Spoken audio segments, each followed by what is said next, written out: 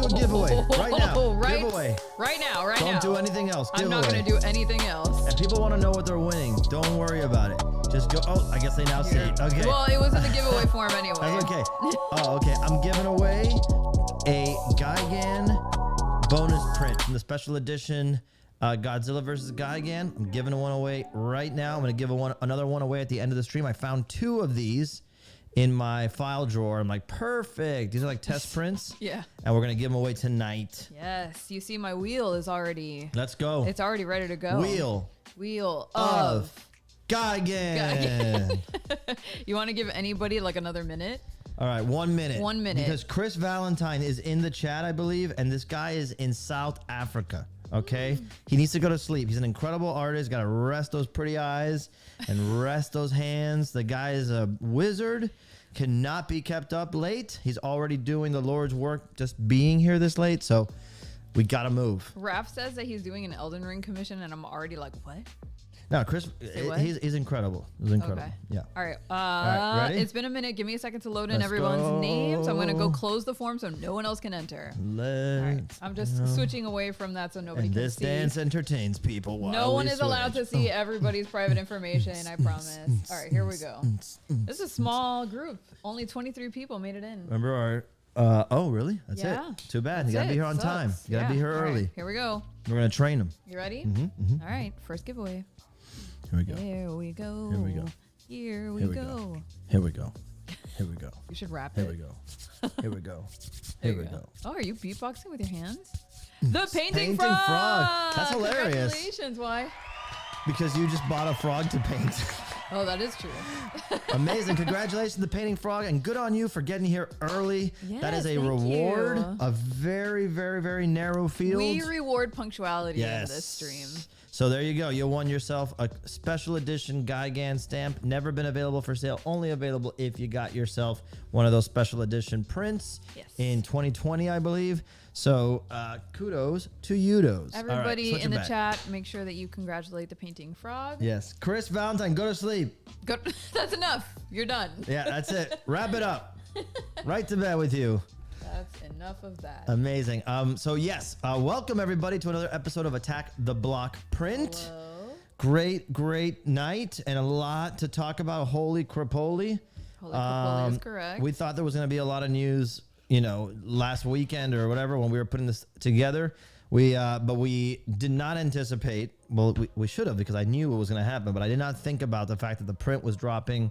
The reveals were dropping today. Oh, I didn't know the Comic-Con reveals. Yeah, the Comic-Con stuff. Yeah. I didn't know the Godzilla -1 trailer was going to happen.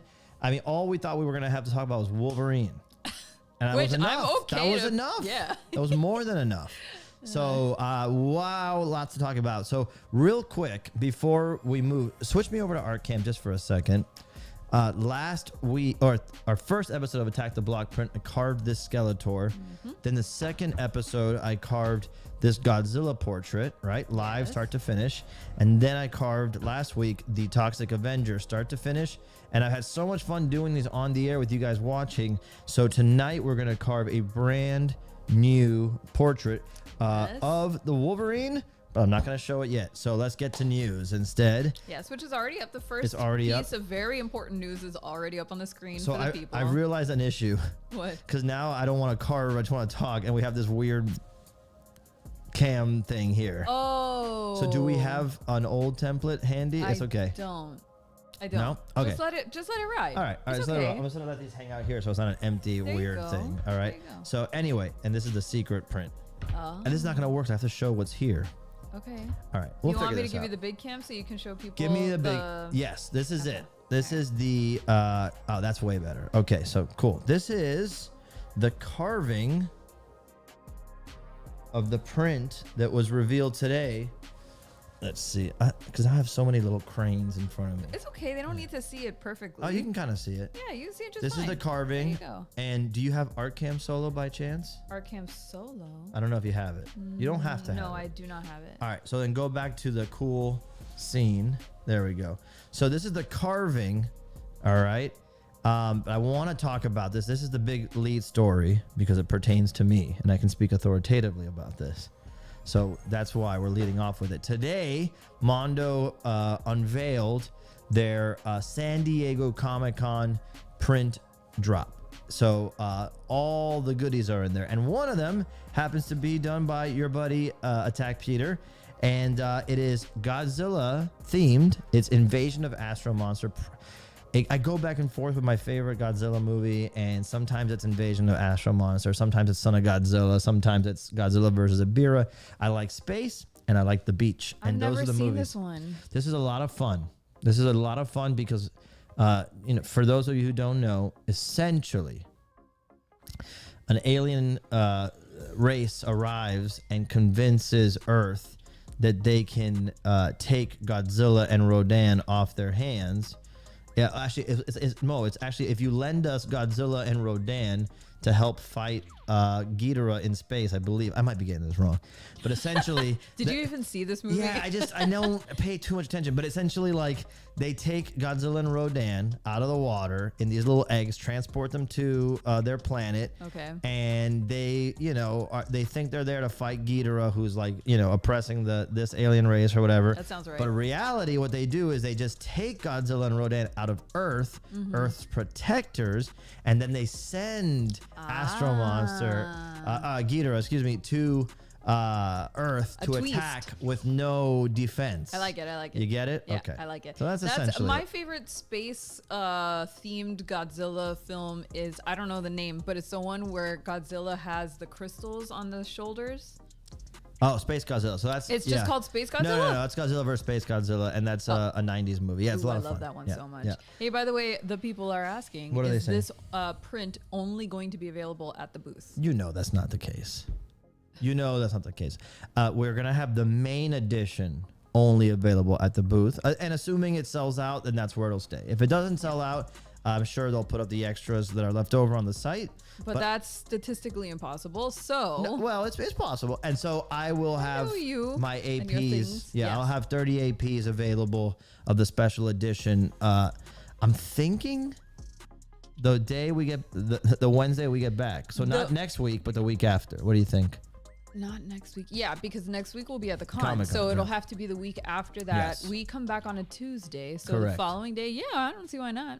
It'll be hectic. But It'll the be a people little demand hectic. it. Yeah. Yeah. So I'm all right with it if you are. Yeah. Okay. So we will do that.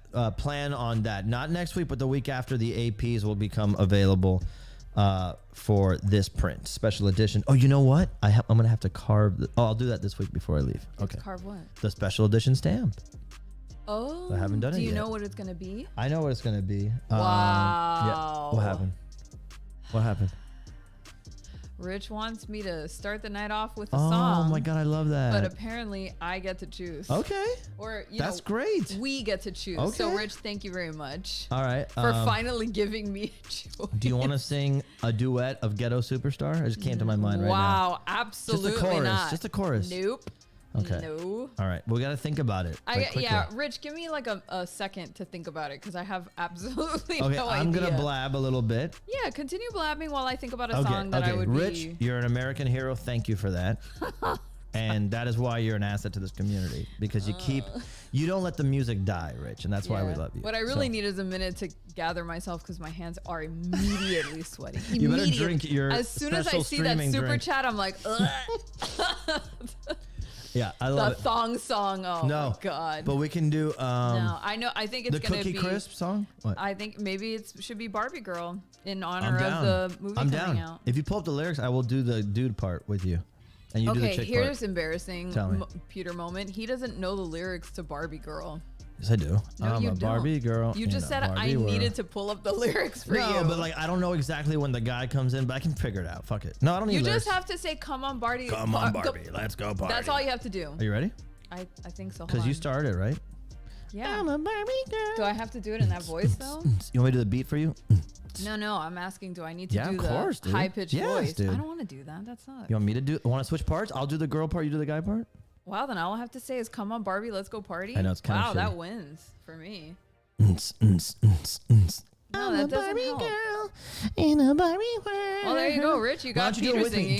Duet it with me. No, but I'm not doing that falsetto. No, you don't have to. You do a regular voice, and I'll do the falsetto. Ready? Come on, because Chris Valentine's probably still watching. Okay. 1, 2, 3, 4. I'm a Barbie girl in a Barbie world. It's fantastic. Wait. Something plastic. Oh, no. You can brush my hair. Help me, come on. I knew he didn't know the lyrics Come on, to this. just come on. You can brush my hair, undress me anywhere. Imagination, life is your creation. And then do I do my Now part you do it. Come on, Barbie, let's go party. Perfect. There And then you you go, do your Rich. best part. Wait, keep going. No. Come on, Barbie, let's go party. I'm not doing that. Oh, there you go. Okay. Rich, That fucking song is a awesome, bro. jam. And feel free, if you send a super chat, Oh my God, I'm sweating so listen to much. me, this is real. If you send a if you pay your hard-earned money for us to do that for you, feel free to clip it out.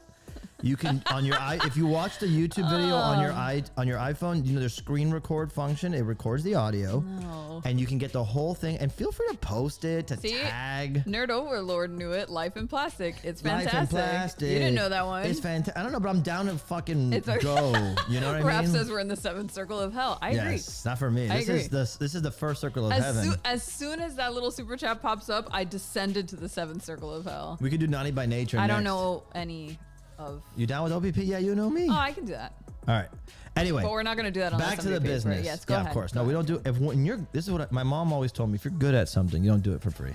Your mom we is are- here, by the way. Hi, Sam. Mom, right? And we are great at singing. All right. Anyway, so yes, Invasion of Astro Monster. Super hyped for this because, again, if you've been following, I'm really mostly doing Godzilla posters at Mondo because I started doing 3 and I'm like, oh, well, that's 3 out the gate. Let's just keep going. And I want to now do the entire Showa filmography, all the way to Godzilla versus Mega Godzilla. Godzilla versus Mega. Yeah, Terror of Mega Godzilla is the last one. So I want to do all of the Showa era films. Then maybe we can collect them somehow, yada yada. But pull up those beautiful pictures that are on the Mondo. Oh, you're already doing it? Scrolling through them. Can they be bigger? Let me see. Because that's what I was hoping for, is to have the biggin. There you go. And biggin. So yeah, so this is the print. I'm so excited. I've been keeping this a secret for a while. And every time I work on a new Godzilla poster, the question is, okay, this is what I think about.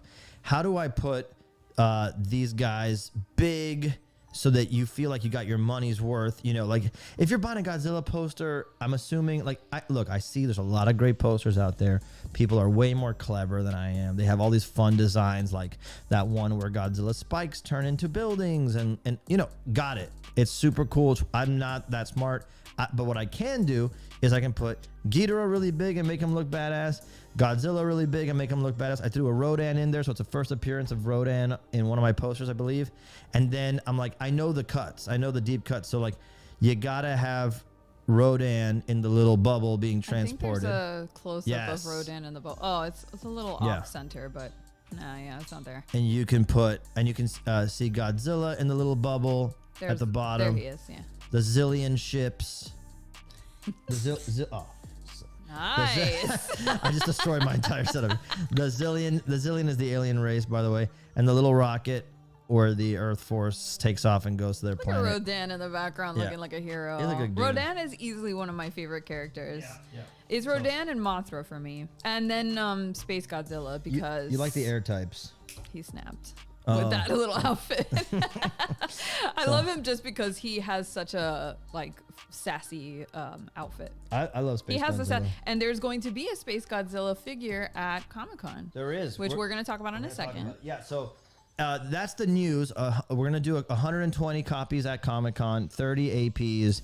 If you aren't going to Comic-Con, get a poster buddy if you can. I know there's a few people in the groups who are going and able to do that. I'm pretty sure I read that the Mondo booth is like get there early, show up, get a wristband, I believe. So it rewards those of you who are light on your feet and early to rise. Go to sleep early the day before. Yeah, it's not. You don't have to enter for a time slot anymore. No, right? That's not what this year. reading. I don't know what the reason is, but they don't. Yeah, they're not doing that. So I don't know if that's better for you guys or worse, but it is what it is. And like I said, I'll be at Comic-Con. Gabby and I will both be there. I will be spending most of my time at the Mondo booth. So if you guys are there, even if you're not buying anything, even if you're not getting in line for anything, just come by and say what's up. Hector and I will be there. Yeah. And there's so many cool things that we're going to show off. The Mechagodzilla figure will be on display, and perhaps the second colorway, I'm pretty sure, is going to be there. So that'll be fun to show off as well. Lot of cool stuff. Yeah, a lot of cool stuff. A lot of cool stuff. So yes, this is the news. When we do our AP stream for it, we'll get way more into detail about this print. Agreed. All right, let's move on. What do you want me to move on to? Let's show the other the posters. The other stuff. posters. So while we're doing this, I do want to talk a little bit, but I will start because we don't have a full screen news template, right? No. Let's make a note for next time to like get a full screen news template. But okay, so I am going to start with the carving while we do this because we got a lot to do. Let me see if this is good. There's Wolverine. You can kind of see the sketch design. So I kind of like gave him a little bit. My favorite elements of different suits. You can't really tell yet. Let me see if I can get this. There you go. Yeah, I don't want to. Looks pretty good. Yeah, because we're trying to make it nice so that Gabby can edit these later into.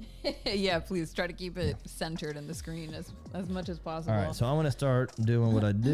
You want me to talk about these posters then? No, I'll talk at the same time. But okay. but let's get into it for sure. Okay. What do they have at the top? They just talk about that we're doing posters. Yeah. It says as we continue our full reveal of the Comic-Con 2023. That's right, because yesterday they revealed all the toy stuff. Right.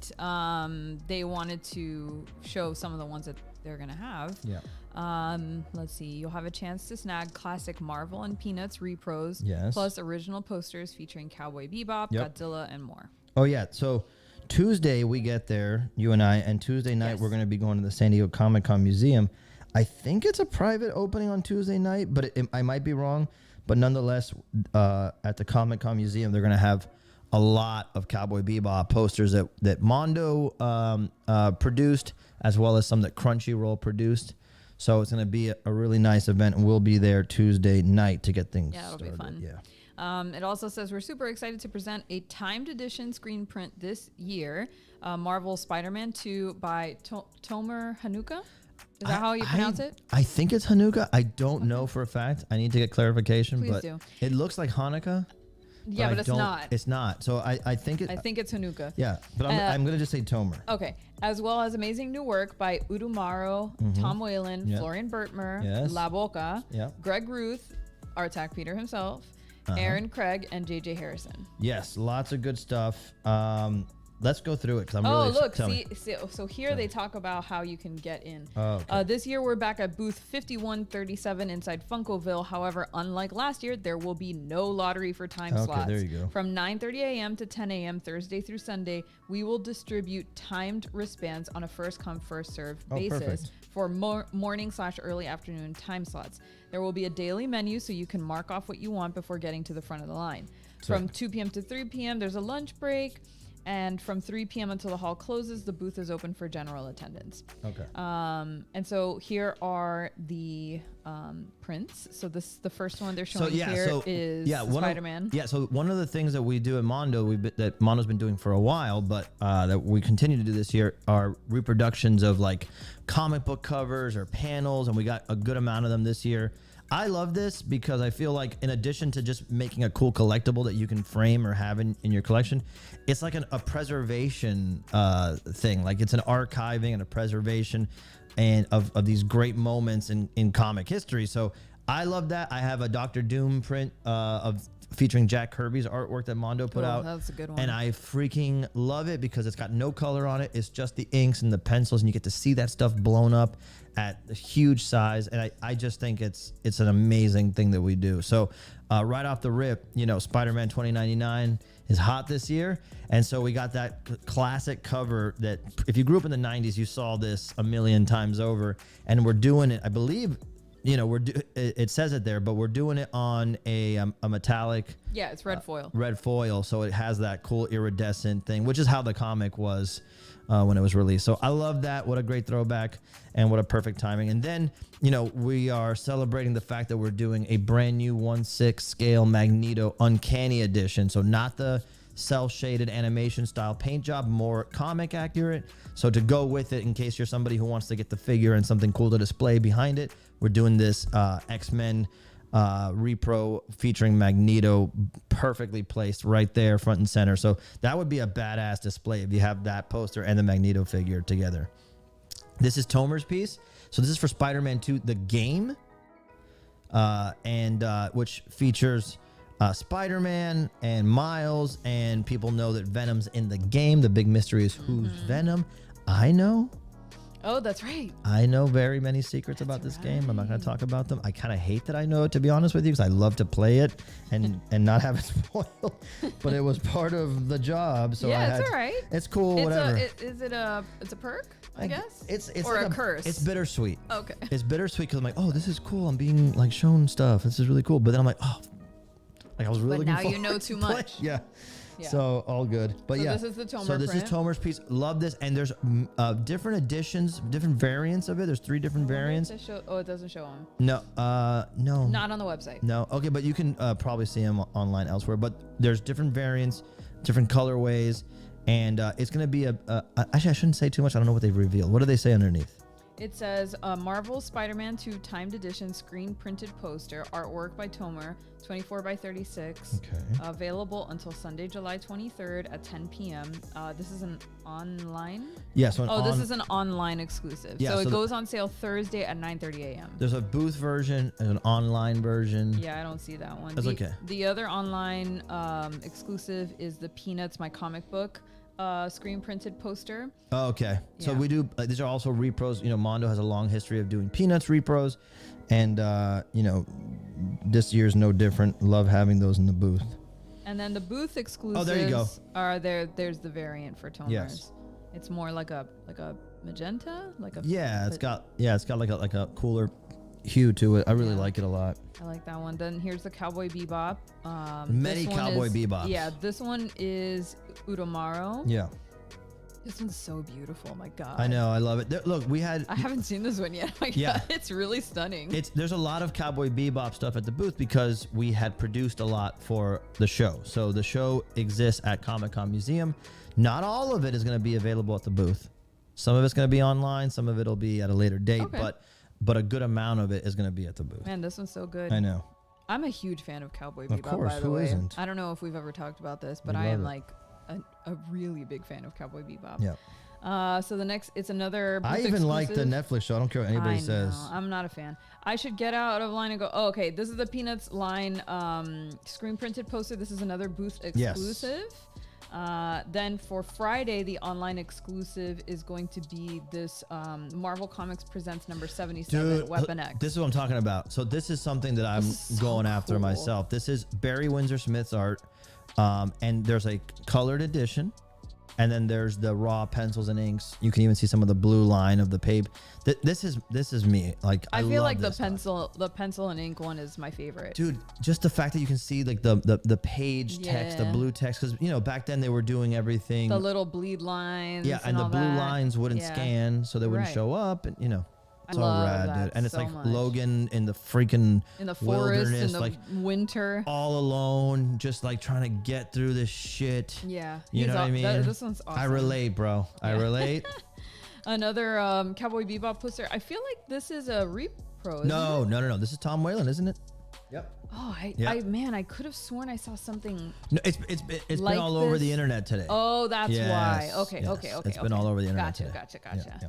That's probably what my So, brain yeah, just Tom- put it in there. But this is beautiful. Tom Whalen stuff is incredible. Oh, we're huge. We're huge fans. Tom Yeah, Whalen huge fans. But this is beautiful. And this is a great piece. Yeah, Yeah. absolutely. So that one will be there. Then the booth exclusive for that day is going to be the color variant Yes. of the Weapon X screen printed poster. Yeah, beautiful. This is beautiful. Which, look, you can't go wrong with either one, No. frankly. No. I just find it, personally, I find it more visually interesting, the pencil and ink, Yeah. because it's such a interesting part of the process to see. That's it. It's you're highlighting the process in a cool way. I mean, Right. look, in a perfect world, I'd have a gigantic house and have them side by side because that's how good that is. Chris Valentine wants to know, Peter, what do you Chris, do go if to you- sleep. Shh, My cállate. Christ. Peter, what do you do if you cut out a dark section by mistake? Are you able to layer back on or anything? No. Looks like high commitment to every mark. Every mark is high commitment, and also look at how like willy-nilly I'm doing it. It's insane. He's barely paying attention. It should prove to all of you that you can do this too. Yes. But yeah, no, look, the reality is I'm carving it. I have a general design that like, it's kind of hard to really see, but if you look, there are some pre-planned marks throughout that I know I'll be addressing, and I may or may not address them exactly the way I drew them out, but they definitely serve as a guiding guidelines for me. By the way, somebody asked, why do you print on locked up paper? Locked up paper I print on because originally I was printing on rice paper, Japanese rice paper, which is very thin, easy to transfer the image onto, and when you put the paper face down on the carving, if it's rice paper, which is very thin, if you put any pressure, you can immediately see that the design is coming through. So it gives you a confidence to know that you can peel this and you're going to get a good print. But over time, I started, when Brian Reedy and I, started doing this, together way back 11 years ago at cons. And we found this paper and we're like, man, this paper is so beautiful. It's light, but it's not bleach white. It's got particles and elements in it. Sometimes you have to literally tweeze an insect body out of it that was pressed into it. And it has this, deckled edge that if people buy these prints and want to frame them floating, it really is nice. Like you get that paper texture. So it's an aesthetic choice. It looks handmade. There's a lot of product that's handmade, but also starts to look really not not so handmade anymore. So I wanted that handmade look. Rustic. Each piece of paper is made at one at a time, so they're all kind of like one of ones. They're very unique. Is there a weight to the paper? It's not like how regular paper has like 80 pound or 100 I don't pound know. or whatever. It might be. I don't know. It's not. Yeah. It's thicker than rice paper, thinner than like Arches or anything you'd see a screen print on. Yeah. So it's like right in between that, but also like it just became like a thing that we like to use, that you get familiar with. Yeah. Not every page is made the same, so sometimes you get a thicker one, sometimes you get a thinner one, and that can be like, it can throw off your whole process. But at this point, not you. Well, I mean, it doesn't throw off your process. Yeah, I mean, I'm an animal, so it's like I just like force everything right through. Yeah. I'm the opposite of what most printmakers that I know are. Most printmakers are super careful, super technique driven, and my allure to this medium started because it was something that can just like, it was like this. Like I was doing gouache paintings. I was just talking to Raph about this, and I would set up in my, I know some of you have heard this 500 times. I apologize. I'm just talking to Chris right now because he's staying up late. I mean, at this point, I'm literally just doing this show for him. Yeah, exactly. So I started doing gouache paintings as a teacher. I was an art teacher for 13 years. And in my early days, I would be able to do a little painting when the kids were working on stuff. But then I would have to like tear down, set up, pack up all my paints and my water kit and all that kind of stuff. And it was just, by the time I finished setting up or had to tear down, I barely had any time to paint. So I found these little blocks and I got myself a couple of carving tools. They weren't even this good. They were like the old Speedball student grade stuff. And then with a Sharpie, I would do my design. I'd carve it. The only mess I'd make are these little shavings, which too bad, the kids are messier than me. And then if I had to go in a quick, in a dash, I just pick this up and go. Don't have to wash anything, just ready to rock. And that's when my love affair with the medium started, is because it allowed me to live the life that I was living, and it was nonstop, get up and go 24/7. So that's where, and then it just so happened that nobody else besides myself and Brian were really doing block prints in pop culture at conventions. So it just started to fill a gap that was unserved. So handmade items, but they were also reproduced by us. We were the means of production, and it gave us an edge competing as well. Rich wants to know if there's an apocalypse, is the paper edible? I think it is. If you're hungry enough, anything is edible. Plus, if there's insects in there sometimes, so it's protein. It's like insect jerky that's like desiccated. It's so disgusting. Anyway, should we continue on with the news? Okay. Yeah. Let's see. So the next exclusive is going to be this amazing this is our Weapon screen X. printed poster of Weapon X. We're in business. This one is so intense and graphic, but I love it so much. There's an anniversary this year for X-Men and Avengers, so it's like we have a ton of that stuff to show off and to highlight now and the rest of the year. Let's keep going. Another variant of Tom Whalen's poster. There's a variant. Yeah. Then for Saturday, the online exclusive is going to be this Destroy All Monsters by Florian Bergner. God. So let me talk a little bit. So good. Yeah, let me talk a little bit about this because a lot of the posters at Comic-Con were already like underway when I started working at Mondo, but Florian's was very like barely a sketch when I started. So I got to work with him on this, and that was so much fun because, you know, I love Florian. He's one of my favorite people. So funny, so talented. Is he going to be at Comic-Con? No, he's in Germany. Oh, and that sucks. But Florian's the first Mondo artist that I ever discovered that I was like, dude, this guy's on another level. And it was his Alien prints. It was his Rick and Morty stuff. No, he's awesome. And it just like that kind of stuff. It just because he was doing close to like on model designs. But especially with the Rick and Morty stuff, those designs are like, you know, cartoons. Yeah. But he made them feel real but the and amount tangible. of detail that's in each of those texture. So crazy. It's just like, and then his Alien print to me is the best Alien print I've ever seen. I just love it. For me, I'm not saying it'll win. Yeah, definitively. But You're for just saying me, for you. and I still want it, and I can't find one anywhere. No one has one. So, but I love Florian. So getting a chance to work with him was a huge honor, and essentially, he submitted a sketch. This is how it works. Like we pair the artist because we're doing this a lot right now.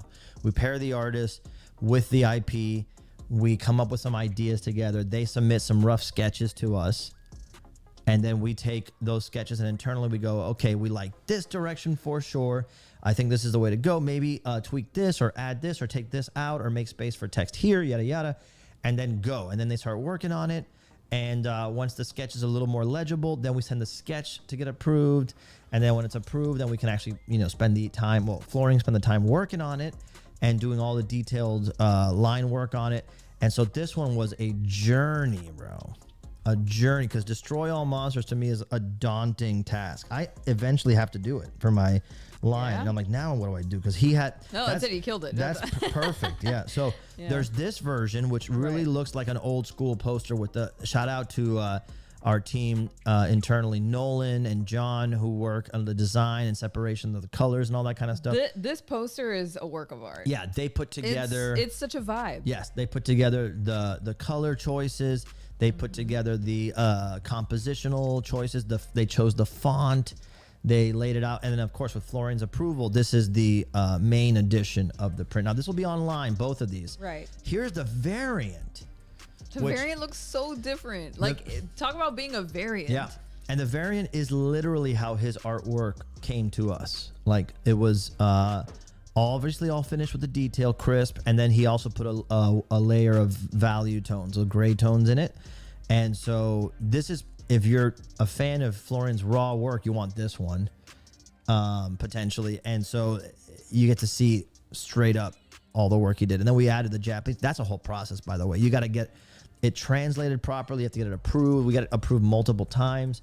This one says pending licensor approval just because we want to make sure the translations are accurate. And it came in super hot. Like it came in down to the wire, this print. Yeah. So, that Japanese is tricky, man. Yeah. Tell me about it. One character, one little stroke line off, and you're talking. It's a totally different word. Yeah, yeah. Believe me, you gotta be. We've run into that problem a few times. So I'm obsessed with those two, obviously, and I'm hoping to get one for myself. Then we got some more Cowboy Bebop, and just look at all the different takes on it, which is the coolest thing about when Mondo does one theme across multiple artists. You get stuff like this. It's so cool. I know. I love it. Oh, there's Moon Knight. Moon Knight is Greg Ruth. Nice. Wow. Then that's even more impressive. Dude. So, oh my God. I mean, Greg, I literally internally refer to Greg Ruth as the master. And, I mean, if you know Greg's work, I don't have to say anything else. But for people who don't, explain to them why what they're looking at right now is so insane. There is no, in my opinion, there is no better technician working in our space than Greg. I would have given it to Kim Jun-ji, obviously. And shout out to Karl Kopinski, who I also think is up there for different reasons. But Greg Ruth to me is like the master. And so this is a complete graphite drawing. In other words, it's not photographed. It's not collaged. It's not a digital piece in any way. It is a total graphite rendering. So pencil drawing. Pencil. And I urge anybody who's watching this stream on a small screen or anything like that to go to the Mondo site and click on the image and blow it up so you can see the detail. Or just make sure you're following Greg Things. @GregThings is his Instagram handle. Yep. And go tell him, if you've never followed him before or if you don't know his work, go leave a comment, tell him I sent you. He's also just a sweetheart of a guy, very thoughtful, very sensitive, great writer, and always been very kind and generous. We had him on the show once, yes, so you can go look it up on the channel and hear him talk about that. But yeah, incredible. I mean, yeah, we love him. The amount of detail and the amount of like just mastery over this technique that you see in this poster is crazy. Yeah, and it's a labor of love for him. You know, Ethan Hawke is in the show. Greg and Ethan are good friends, and they work together on stuff. So you can just feel the good vibes off this poster. So well, we already talked about this piece of crap. No. yeah, we talked about it. We can move on. We can move on. This is a booth exclusive, by the way. Yes. But we talked about that already. This is the variant of the La Boca. Yeah, La Boca is a design group, and so they did the black and white and this colored edition as well with the Japanese lettering. Yeah. The Greg Ruth variant with the little lens flare. It's a different color. Like one's more gold, one's more like a blue. Yeah, this one's in like the glow. Blue glow. But you can't go wrong. No. Then on Sunday, the online exclusive is this Dr. Doom screen print by Aaron Craig, which is so cool. Love Aaron Craig's work. So I've been following him for a while, and again, this was already underway when I got here, but I was so happy to see it because I love that he's really more. I mean, look, he does the work, he paints it and all that, but I just love it from a design standpoint. You know, I don't have the balls to do this. I want to do something like this where it's just like all the cool heads and all that, but I don't think I could pull it off. And like, it's just understanding the moments from Dr. Doom's legacy to pull and create this new almost like floating island blob organism of Dr. Doom. It's just so awesome, dude. I know, it's such a great take. It's just so good. You know, moving along, we have another Cowboy Bebop screen. I really like this poster. This one is by J.J. Harrison. Yes. It is amazing, so chaotic. This is so wild. Of all the Cowboy Bebop posters we have, this is the one that I'm most drawn to. I love them all; they're all rad. But this one really caught my attention, and I'm so stoked for people to see this one. Well, it's really stylized, which is unique to see when we're talking about animes, because animes rarely get stylized. Yes. It's already like so kudos to him. It is very cool. It's just stylized enough to make it feel like you're in some weird trippy dream. Yeah. But it captures the chaotic energy of that show so well that it works. Chris is finally going to sleep. Bye. Good night, Chris. Thank you. Night. Thank you so much. I still like the first poster better, by the way. That's fine. I just think it's very I like very ornate and intricate things. I feel like it's animated while being static. Yeah, I don't know why I'm so drawn to it. I just like it. The booth exclusives for that are the variant on the Dr. Doom now poster. Tell me which one you pick. I know. Tell me which one you pick. I know. This one is so it almost looks like one of those blacklight. The blacklight posters. Is it a blacklight poster? I don't think so. No, it's not. No, but it's meant to look like that. It's real damn close. Yeah, and let me tell you, the challenge with this one is when we were working on this one was figuring out where the colors need to go. So you'll see in some of the faces there's a blue in the nose or a blue on the cheek or a blue on the lip, and so like. You would think that would just be like, oh, you know, who cares where you put it as long as you put... No.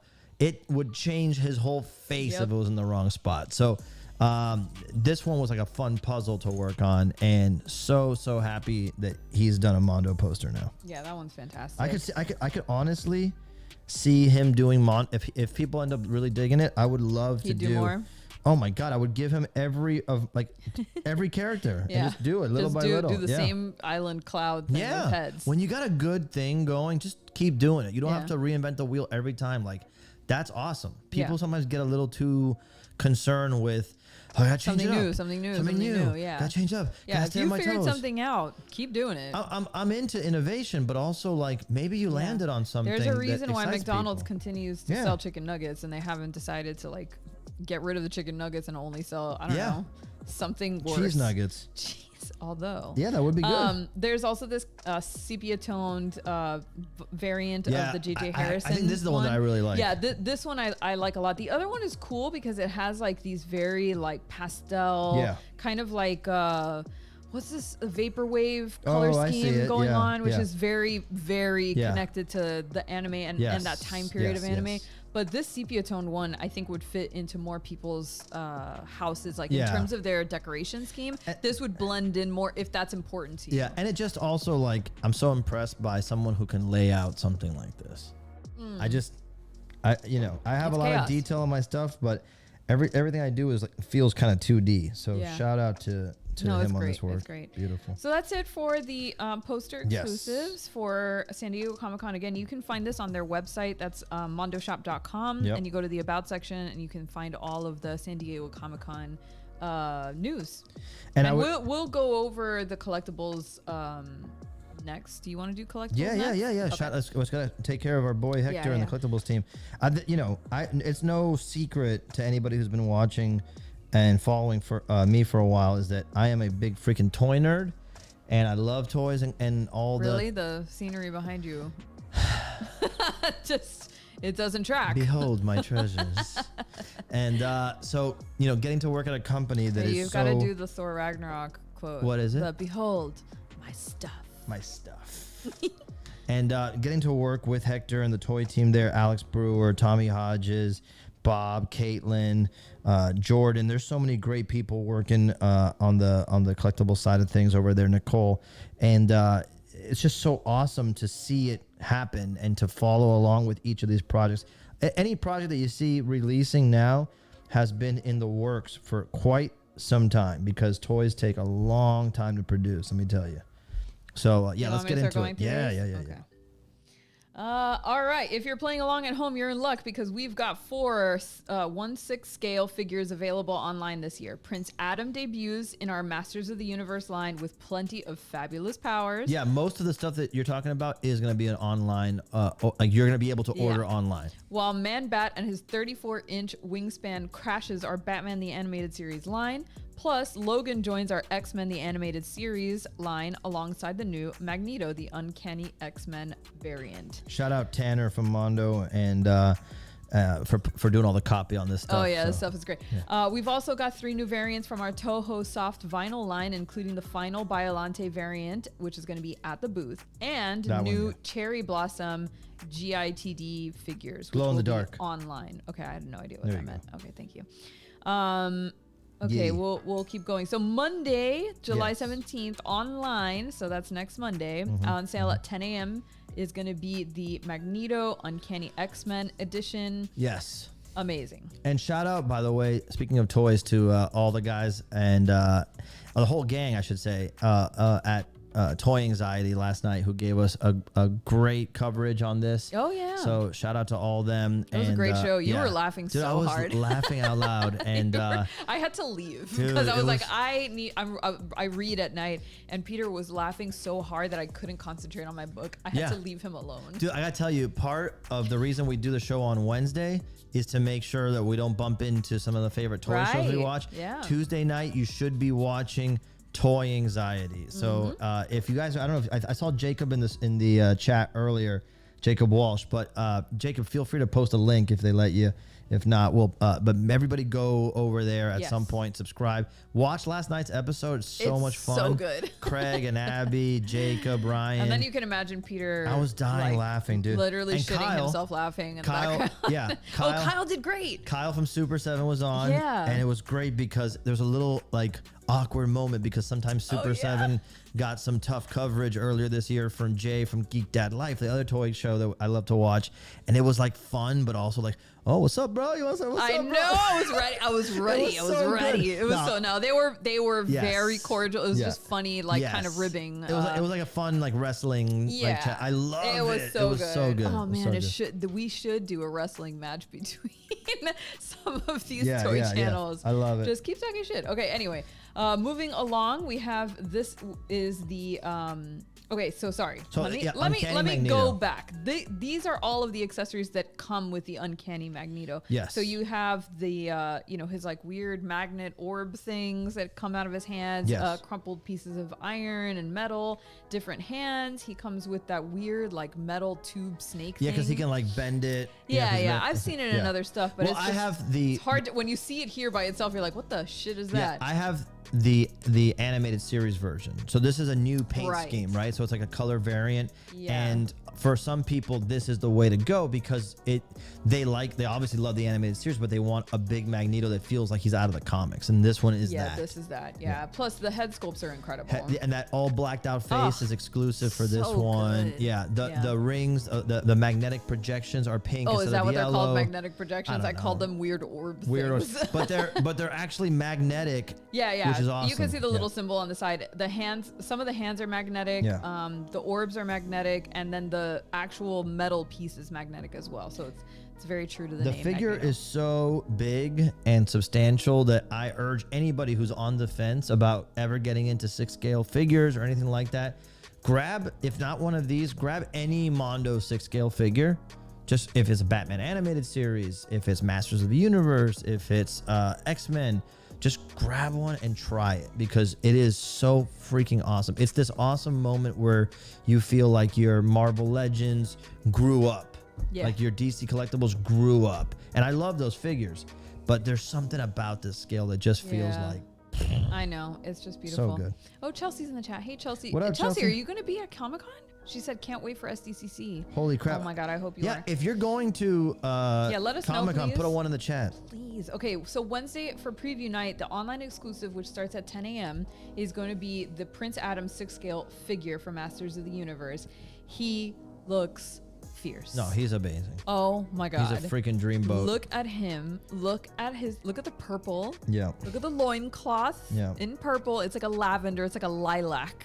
Oh my God. His hair is perfection. I know. I love this thing so much, and I never watched this show in my entire Isn't life. that funny? But because of memes, Yes. and you obviously, I am very well aware that this is an incredible statue. Why? Because of the memes. Figure. Because of the memes. Yeah, yeah. The memes. If you know nothing about this, you know that they are including that freaking meme face. Yeah, yeah. God. Oh my God. Prince Adam and Barbie crossover. Well, isn't there like a Toys That Made Us episode where they talk about how I thought you were going to reveal something top secret. I know nothing top Okay, secret. good. No, I was gonna say And I'm not that. confirming anything He-Man and Barbie, by the way. None. Zero. No, I was gonna say that there's yes, she is going. Hell yeah, Nice. Chelsea, we have to meet up. we Please better- DM me so we can make plans. Yes. What I was gonna say was that there's a Toys That Made Us episode where I think they said something about how She-Ra was supposed to be like a competition for Barbie, Oh, yeah. or something to that effect. I don't remember exactly, but I think we have Jacob Walsh, who's a toy expert in the chat. Who Oh, can confirm. perfect. Please confirm. Let's see. Anyway, this is an incredible figure. Just look at all the accessories. He comes with a little leather daddy strap. What is that? What is It's called probably not called removable that. sword harness. Yes. Never mind. My way of describing it was better. Thank you. Hey, James Hobson has art at Comic-Con. And heck yeah, that's What? awesome. Tell us Amazing. more, dude. I didn't know that. Do you have like an Artist Alley booth, or is it some like one of the other booths that it's like they put like where me and Peter were last in 2019? Yeah. What are those called? I don't. It's not Artist Alley. It's like it's a different Yeah, area. you can have like an artist booth or Oh, okay, exhibitor okay. booth. Yeah. Yeah, let us know. We'd love to see the work. Okay, well, anyway, moving along from the statue, we're moving on to the Logan 6-scale animated series figure. Well, it's This not. one's- I want to correct you because I'm sorry, it's not a figure? it's not a statue because It's you not- said statue a few times. A figure, so it's I articulated. apologize. I apologize. Excuse me. Excuse me.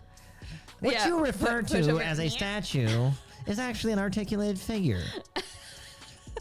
Your brother would be trolling you so I mercilessly know. right I now if heard he it. could. I heard you it. heard it. I You heard heard the it in the trolls. ether. You heard Yeah. him going like. I heard. That's why I just make fun of myself immediately. So I'm like, Good. I try to take it easy on you on this stream, so I'm glad that you just Appreciate made it. fun of yourself. This is so incredible. This figure gives me chills. Look Dude. at that. Because he's a Look at stud, dude. Because he is daddy. The only thing cooler than Wolverine is freaking like leather jacket, plaid. Okay, I will Canadian say that. Yeah, I also wilderness really Logan. like the short, like the what you told me once it was Frank Miller. I don't know. Depends on what you're gonna say. Who was it that did Wolverine super short and stocky? No, he was always short. No, but I mean like really short and stocky. Like he looked like a little The- ball of anger. The one I think about, the one that comes to mind for me is Sam Keith. So Sam Keith, creator of the Max, literally drew Wolverine looking like a fat ball of lint. And I love it. I love it. It's like, it's a comic series that he did called Wolverine versus the Hulk or something like that, I think. But it's definitely Sam Keith. Drew him. And again, like when we were growing up, like if you would grab the Marvel cards, which is how I learned everything about Marvel comics, on the back it said he was like 5 foot, shorter than me, dude. I'm down for And that. I was like, a short king. yeah, I felt like, We bro, have no choice but to because stand. everyone's like, oh, you know how. I remember when we were kids, people were like, oh, you're so lucky your name is Peter because that's Spider-Man's real name. And I'm like, yeah, but I mean, it's a good name, my love. yeah, but I don't relate to Spider-Man. He's tall, he's lanky, He's a like dork. excuse me. When he's Spider-Man, he's Okay, kicking ass. He's yes, like I know, I know. dexterous. Yeah. And I was such a pudge as a kid and shorter than all my friends. So when I saw Wolverine 5, I'm like, bro, this is my guy, dude.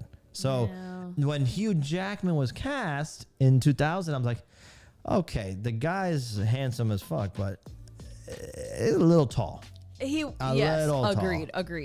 But I think that's what people It's in the okay. movies want to see that are not comic book nerds. They want to see Hey, a hunk. You know? I let it go 20 years ago. I'm all good with Okay. it. Oh, by the way, James Hobson says he has a 24 by 36 screen print with spoke, which Dude, awesome. no way. Congrats, the man. unlicensed Italian plumber guy.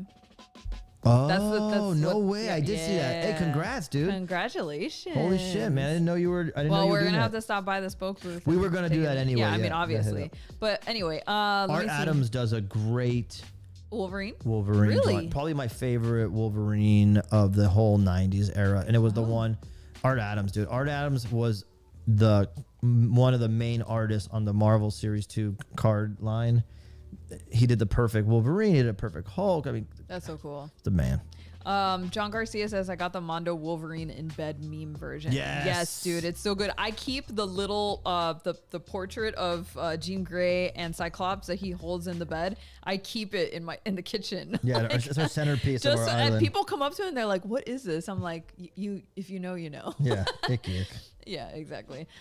Anyway, sorry. Moving along from the Wolverine statue, which comes with tons of awesome accessories. We have this impressive piece. This is Man Bat, the Bro. 1/6 scale, and this thing has a 34-inch wingspan. Let's go. It's gonna knock out wait. everything else on your Wait, shelf. go back to Wolverine for a second. I wanted to clear something up. Wow. Because there's been some controversy online about Okay. that his claws, the little metal brackets that his claws come from, are, some people say that there's not supposed to be on his hands, only on his suit, or it is on. The reality is, in the cartoon, it was both, and so there are times when he has them coming out of his hands, and sometimes when he doesn't. So, just want to point that out I to didn't know Mr. that. Mad Hatter Reviews, who does some really intense toy reviews. I like the guy's show. I know he's like controversial, but I enjoy it. It's theatrical, but he did call us out. Just want to let you know, sir, both are true. Yes. Yeah. They're not mutually exclusive. It wasn't an oversight, is the point. That's okay. All right, back to Man Bat. So So, again, fun fact about Man-Bat, yes, please. we had to reduce the wingspan to get it to 34 inches, if you can believe that shit. Because the original one was way bigger, and it was the accurate scale, but it looked crazy. I mean, 34 inches is already Dude, crazy. it's huge. But the first prototype was wild. Yes. It was like, well, then I guess nothing else goes on your shelf. No, like you have to literally- buy him his own No, shelf. I was saying you have to get Man-Bat and use him to wipe your shelf clean. You might still do that with the 34-inch wingspan. But I And love then it. put 'em up. No, I dude. love ridiculously large things. Are there more photos on the site besides that one? And I don't know. Because we're gonna have to pull it up. The best thing about They have this, which shows him with the wingspan open. That's but it? I don't know. Yeah, I don't. Wait, let me see if I can open up a new tab.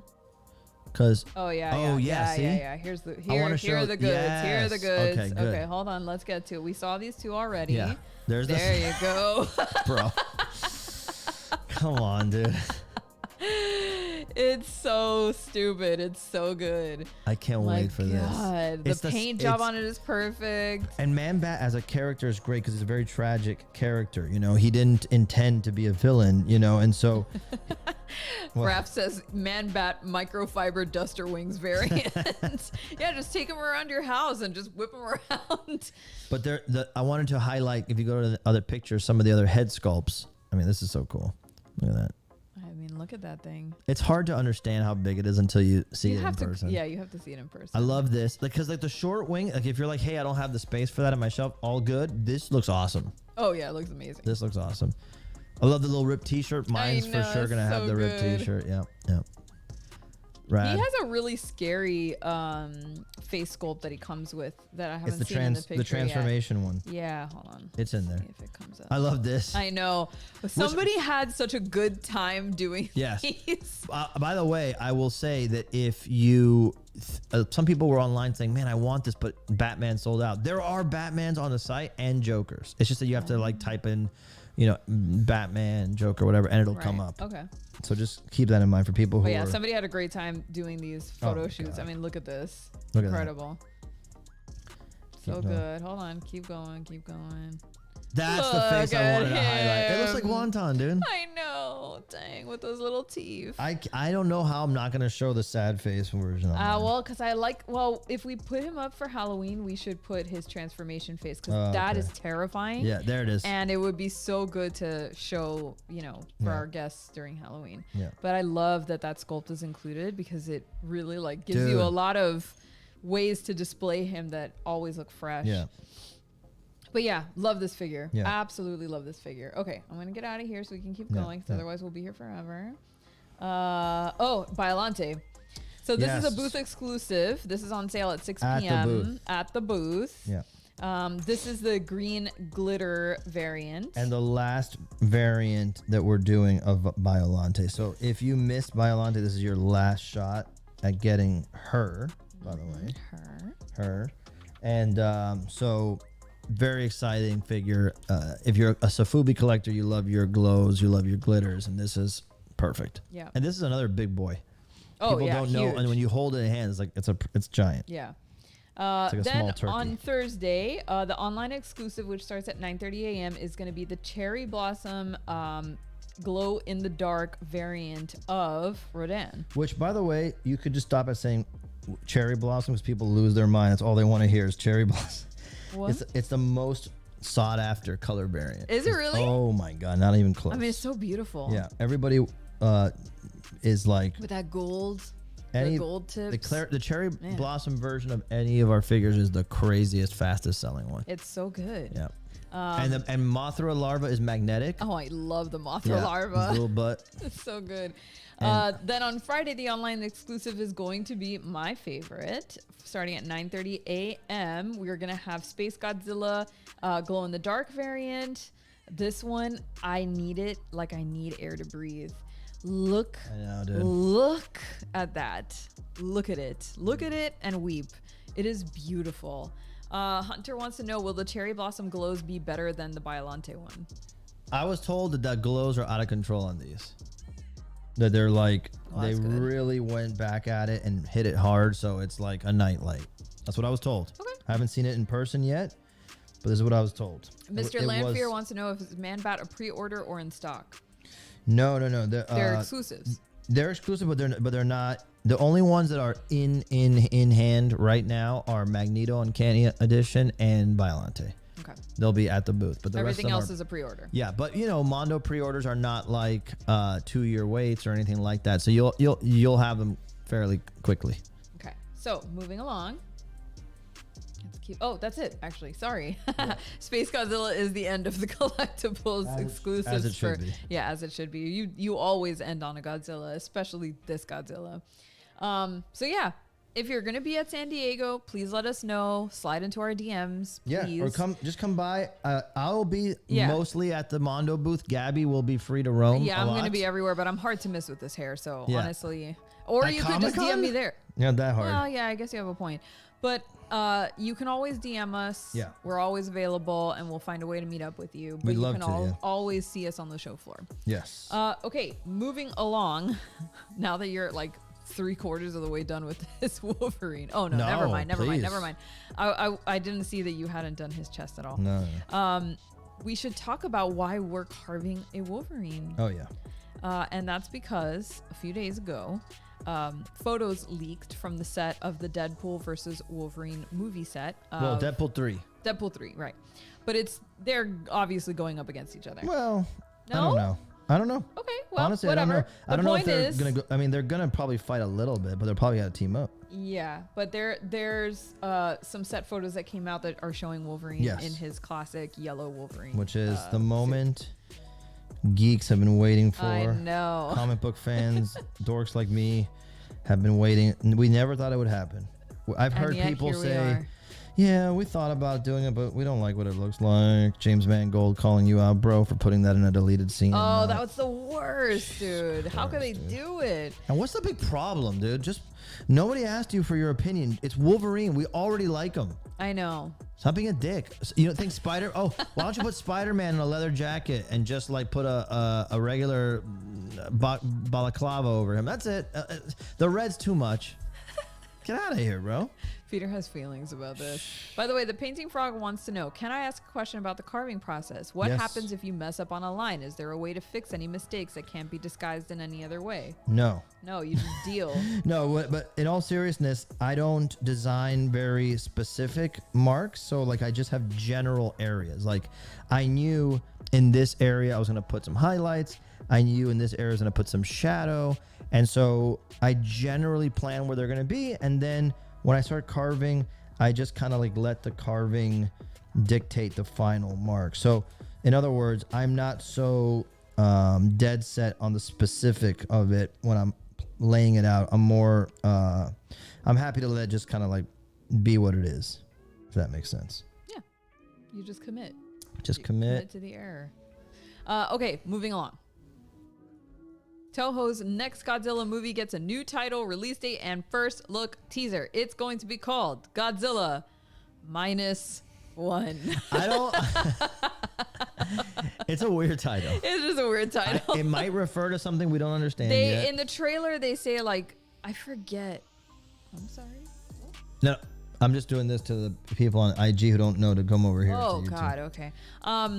Sorry. So in the trailer, which I pulled it up here, I obviously can't play the whole trailer for you, but they say something to the effect of like, before the war, Japan was at something here. I'm going to play it really quick. Post-war Japan had lost everything. So I think what they're saying is then Godzilla comes and now you've lost even more, which is -1. I think that's what they're trying to say. You're like at a from negative. 0 to minus. Yeah, like you're at a negative. Exactly. Okay. I mean, it's a cool concept. I'm sure it makes way more sense in Japanese with the translation, but nonetheless, I am super freaking hyped. Super hyped. Like I didn't know. Yeah. And December 1st, I didn't think it was coming this soon. Oh yeah, it's in November in Japan. And then December. And then December international? Well, at least in the States. I don't know where else. Okay. But boy, oh boy, cannot freaking wait. We saw Shin Godzilla in the theater, remember? We did. And I had a great time. Yeah. I love all of them. Yeah. But yeah, it should be very fun. But the big news is not that. The big news is the suit design. And everyone, is weighing in on the suit design and like, we love it, or it should have looked like this, or I wish they would have done that instead. Or I'm like, wow, that's cool. They pulled from this. And the big takeaway is that the suit looks a lot. I mean, the suit is no one's wearing it. The design, the model is very, very closely resembling the design of the Godzilla ride in Japan.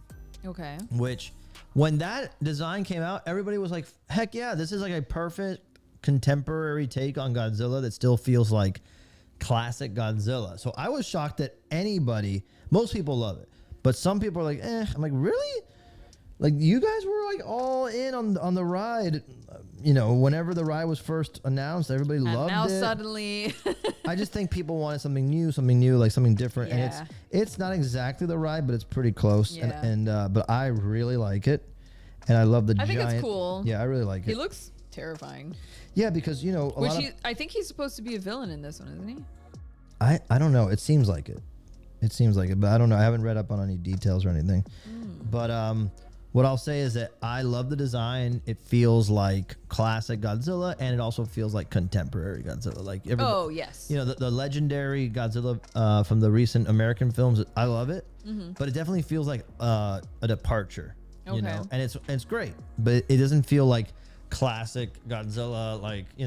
And so this one really has a lot of those classic head shape, the ridges, the snout, all that kind of feels more like the panther, like the bear influences. And, absolutely. Yeah, I'm into it. Yeah. Yeah. And by the way, if you prefer legendary Godzilla, in 3 months you'll have Godzilla versus Kong after this one comes out.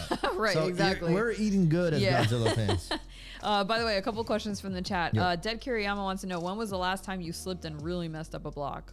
Can you even remember? It happens all the time. Yeah, but like messed it up. I'm assuming Beyond he means messed it repair? up to the point where it's like, No. and now we're done. I have to move on. No, it's never happened. No, it's never happened. What I've had to do is I've had to pivot on a design sometimes, or change an element of the design that I wasn't planning on changing. But I'll put it to you this way: I can't even remember which ones it was, and they've all sold out. Perfect. So it's taught me to like just go with the flow. So Yeah. I am a very like micromanagey type of person. My Oh, personality, really? yeah. And so my tendency is to not allow for something like that. And you get better over time at avoiding those kind of things. But when they happen, and I've learned to just kind of like be zen about it. Okay, and so thank you for that. Thank you. Fine Tip Creative Studio wants to know, will the Mondo booth at SDCC be different than what we saw at the licensing expo? Totally. Yeah, I'm assuming yeah. it's a consumer event, so it's not going to be anything like the licensing expo. It's going to be an experience. It'll be like the licensing expo in the sense that we'll have posters on display and collectibles on display, but it'll be unlike the licensing expo in that it will have specific stuff that's never been revealed before. It'll have it'll not be sharing. It'll be its own like space. So it'll be a little different. Raph says he spoke to Aaron Craig. Oh, cool. And Aaron Craig said, thanks y'all for the love, and says the Doom variant is a blacklight poster. So we nailed it. Oh, sick. We nailed it. All right. I'm sorry I didn't know that. It's okay. Jacob Walsh says SH Monster Arts just revealed a figure, I'm assuming of the Godzilla. I'm sure they will have it at SDCC. Photos of it look great. Cool. I am looking forward to hanging out with the Toy Anxiety crew at least one of the nights if you guys are hanging out. So. Aaron is in the chat. Aaron Craig is in the What's chat. What's up, Aaron?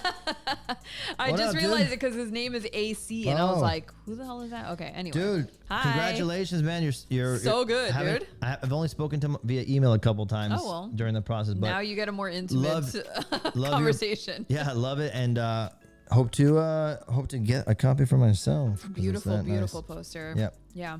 Let me see. Did you like the Matthew Broderick Godzilla?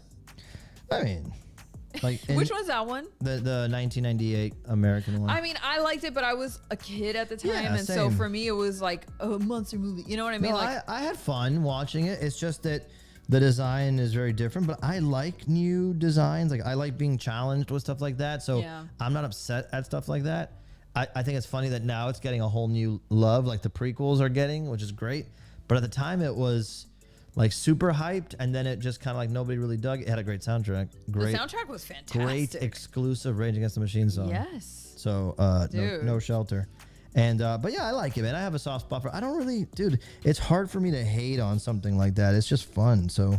I loved it. Yeah. Again, I was very young, so I had like I didn't grow up watching Godzilla. Like my dad was not a fan. I mean, it's not that he wasn't a fan. Yeah, I think he watched it when he was a kid, but he didn't really think that was something that his two girls would want to watch. So instead he put on Aliens and Terminator. So instead he gave me The Fly, Aliens, and Terminator. So my dad is a special guy. But I didn't go into that movie and look at Godzilla and be like, I don't know. To me, it was just like, oh, cool, big monster destroying New York. Yeah. I'm into it. Yeah. But anyway, okay. Let's see. Hunter wants to know, have we checked out the new Skull Island show yet? We have not. yet, but the reason is we haven't had 10 seconds to sit my down. God. I'm desperate to watch it. I know. As soon as we get a chance, probably on the flight to San Diego. I'll probably download some episodes for that. Yeah, 100%. Colt. Oh, Colt's here. Hey. What up, dude? Colt says, didn't you do something like that with the Alien one, or did you just restart that one a bunch? I don't remember. He's talking about messing up blocks. Did you? I didn't mess up the carving. I just restarted the drawing multiple times. Oh, I do remember that. Yeah. And I couldn't land. I couldn't decide on a composition, so I had like 3 or 4 different ones. Yeah. And that's the most I've ever labored over that. Yeah. But not the carving. Okay. Yeah. Oh, Aaron Carter's from Australia? Yes. God damn. Well, thank you for joining us. Yeah. Is it What time early is it or over late there? I don't over even there? know. It's like 24 hours. Is it literally 8:30 in the morning over there? I don't know. Let's see. What else? Oh, when is the pre-order for the Addams Family thing hand? It looks so good. I don't have the details on that yet, so I will let you know as soon as I find out about it. Okay, cool. All right, moving along in our news recap. We're moving on to Superman Legacy, because I think we were talking about this last week, weren't we? About the casting for we were. The new casting for Superman Legacy is gonna have, I forget what the dude's name, but we just saw him in the guy who's gonna play Superman. Oh, Corn Sweat. There you go. We just saw him because we watched Pearl and X. Well, he's in Pearl, not an X. Yeah. But we saw Pearl and we got to see him in it. He's great. Great. Perfect casting. Great. He's going to do great as Superman. I have total faith in this now. And the chick who does Marvelous Mrs. Maisel is going to be Lois Lane, I love that show. Yeah. So it's really great casting. Great. Shocking. James. Headline: James Gunn. Great casting. Oh wow, yeah, exactly. He nails the casting. And so in another great choice, he has cast Nathan Fillion as a Green Lantern. Guy Gardner, which is Guy Gardner, Green Lantern, which is like a specific character, obviously, where he is. It's perfectly cast. Oh, it's perfect. By the way, in Australia, it's almost lunchtime on a Thursday. Yum. Christ. And also, it's winter over there. You're in an alternate dimension. But yeah, I think Nathan Fillion, to me, I mean, if you know Nathan Fillion, like I know specifically from Firefly, I think he's such an incredible actor. He's so expressive. He's so naturally funny and charming that I think he'll make a great addition to any cast. So I'm geeking out over it just because I love him. But yeah, I think this is going to be great. I trust James Gunn with all of his casting decisions. I can't imagine that any of them is going to be bad. It's crazy how these casting announcements are getting me really hyped for the whole DC universe. I mean, I was hyped as soon as they said James Gunn was taking over. I'm like, oh, great. So we're actually going to enjoy the films now. Well, okay. I love Man of Steel, and so did you. But the point is that... Yeah, but I said films, okay. plural. Well, we love the Suicide Squad that he did. The second one. Yeah. Yes, the one he did. Exactly. Yeah. Anyway, the point is that this kind of stuff is the crystallization of your dream of like James Gunn taking over. It's like, yeah, exactly. Gets it. Cole wants to know if we're going to play the new Mortal Kombat when we have 10 seconds to sit down and play. It hasn't come out yet, right? Hasn't come out? Yeah. We haven't been waiting to play Diablo 4. Oh my god. Like we played until we reached level 20 and then we just haven't had time to sit down. And when we do have time to sit down, we're like watching somebody else's stream. Peter falls asleep. I want to read. Like, dude, we have literally Star Wars, Zelda, and Diablo partially started. Just parked on our consoles. It's a sad state of affairs over here, you guys. Anyway, moving along in the news, HBO's The Last of Us co-creator Craig Mazin takes his name off Eli Roth's Borderlands flick, which is... Yeah, from like great news about a project to not so great. Yeah. I am really stoked. I love Borderlands. Yes. It's easily one of my favorite games I've ever played. Peter and I played it together. My second playthrough of the game was with Peter, and we've played other Borderlands together in the past. And we always have so much fun. The humor is incredible. Claptrap is easily one of my favorite video game characters of all time. Yeah. And so to know that it's going to get a film, which actually I mentioned it last week when we were talking about like video game IPs that are going to be turned into movies. Right. So Borderlands was in one of those. And so it's crazy to hear less than a week later that it's going to have gonna have some troubles now because this guy Craig Mazin wants to take his name off of it. I know what a bummer. Like I don't even know what it means. I also don't know how I feel. Like NPC Aaron just said in the chat, I love Borderlands. Eli Roth though is such a hack. Oh, he's the one that's directing it? Yeah. Oh, jeez. I know. That is the one thing that kind of it freaks me out to give something that's so beloved to Eli Roth because he has lately not been doing great. What's the last good film that Eli Roth made? Well, I don't know about that, but I like he did a great documentary for a series for AMC/Shudder. I don't know where it originated, but so like he produced this great documentary series about horror in general. It was really good. Oh, I know what you're talking about. I met him in person. He was a really nice person, and I went to see the movie The Green Inferno that he did. Oh, The Green Inferno. I didn't love it. I didn't love it. Is that the one where the girl cannibals shits herself in a cage or something? I don't remember that, but it was not memorable for me. It was just like a cannibal movie that was like a little late. Like if it would have come out before The Walking Dead. Oh, because of The Walking Dead. And it was in development hell forever. It just wasn't. It wasn't like shocking anymore because Walking Dead had already like showed every ounce of gore you could show. And it just wasn't for me. I'm not shitting on it because I have respect for anybody who can make a career out of this. Yeah. But it's just not for me. I'm a little worried about this. But hey, maybe this is where he shows his ability to, I don't know, stretch his wings a little bit. Yeah. I don't know. I don't know. Maybe some in the chat they're saying that a lot of the casting is stunt casting, which is also very worrisome. What does that mean? I don't know who's stunt in casting? the cast. Stunt casting is like you cast people because you think they're gonna get people to go to the films. Oh no! Like not based on because they're good for the role, but because they're gonna get people in seats. Borderlands. I don't blame him for that though. That sounds like a studio decision. Yeah, Borderlands is a ridiculously popular series that attracted a star-studded cast, including Kate Blanchett, Jack Black, oh yes, Jamie Lee Curtis, Kevin Hart, Gina Gershon, Florian Montagu, Burtmer. No, just kidding. Bobby Lee, Ariana Greenblatt, and Janina Gavankar. I don't know who those last few people are. Unfortunately, it's been 2 years since we've seen any movement on Borderlands, and with Mazin taking his name off the project, it sounds like the film won't be following his original script. After all, removing his name from the project would require approval from the Writers Guild of America, which now lists the film as being written by the pseudonym Joe Crombie.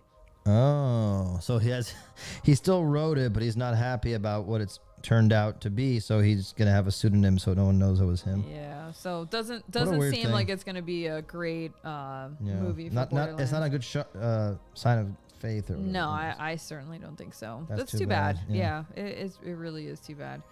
I'm still holding out some hope. Rich says, Peter, you're not cool if you don't like cannibalism. Just no, FYI. It's actually quite the opposite. I used to watch all the cannibal movies when I was a kid. Cannibal Holocaust, Cannibal Ferox, all that kind of crazy. I was gonna say, like, what cannibal movies? Oh my god, it was a whole thing. And then you never knew if they were real movies or if they were like snuff films. Like Cannibal Ferox is one of those movies where people would always tell you, "This is real, bro."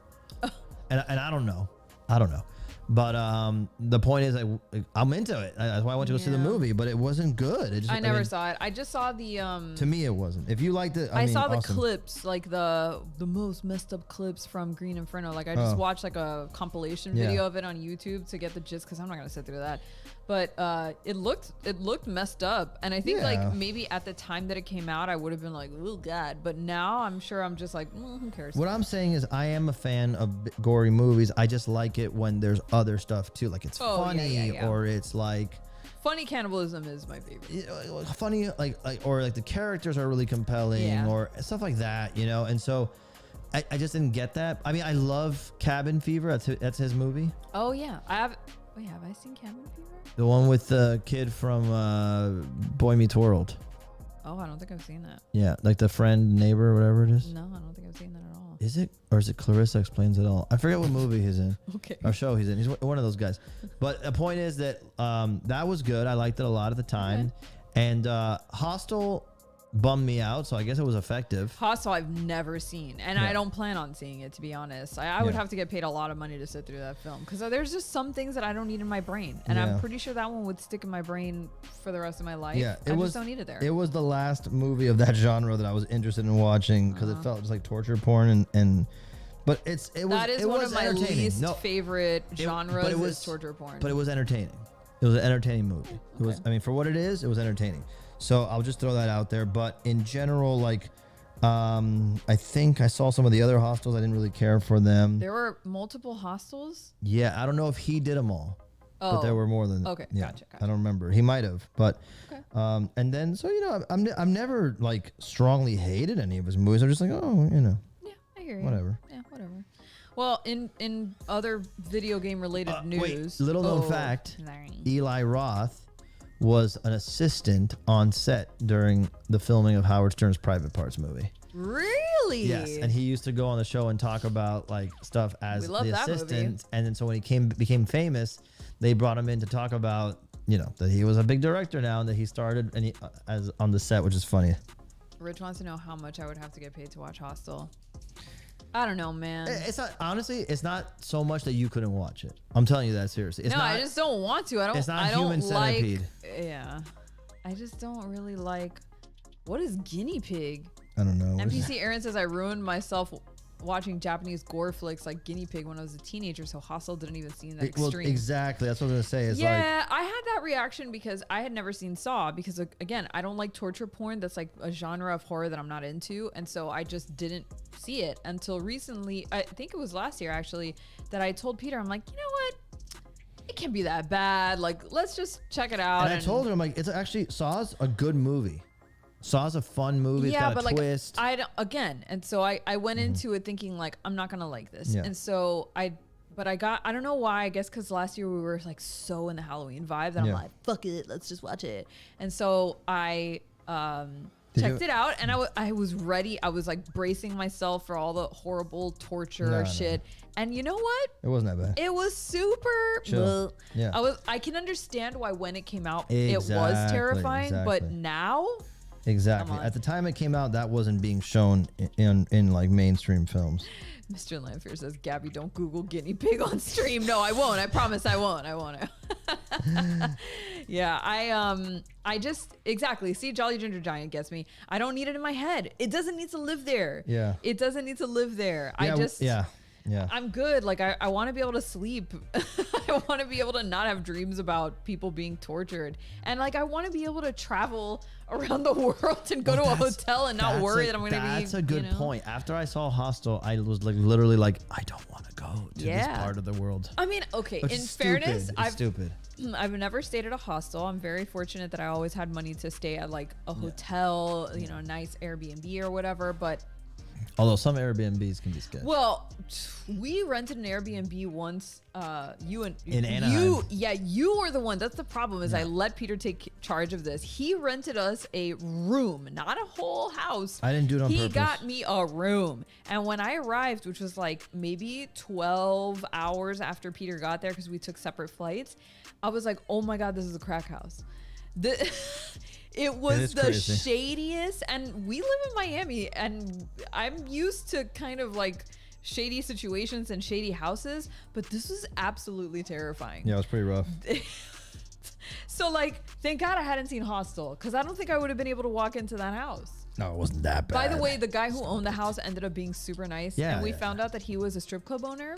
I don't remember any of this. Wow, how do you not remember don't that? remember any of He this. was like this super tattooed, like cholo, and he was so nice, but he was a strip club owner, and he was just like renting out that place by Cool. room. I have no memory And of he this. was so nice, but he looked like he could like eat your head off if he really got upset.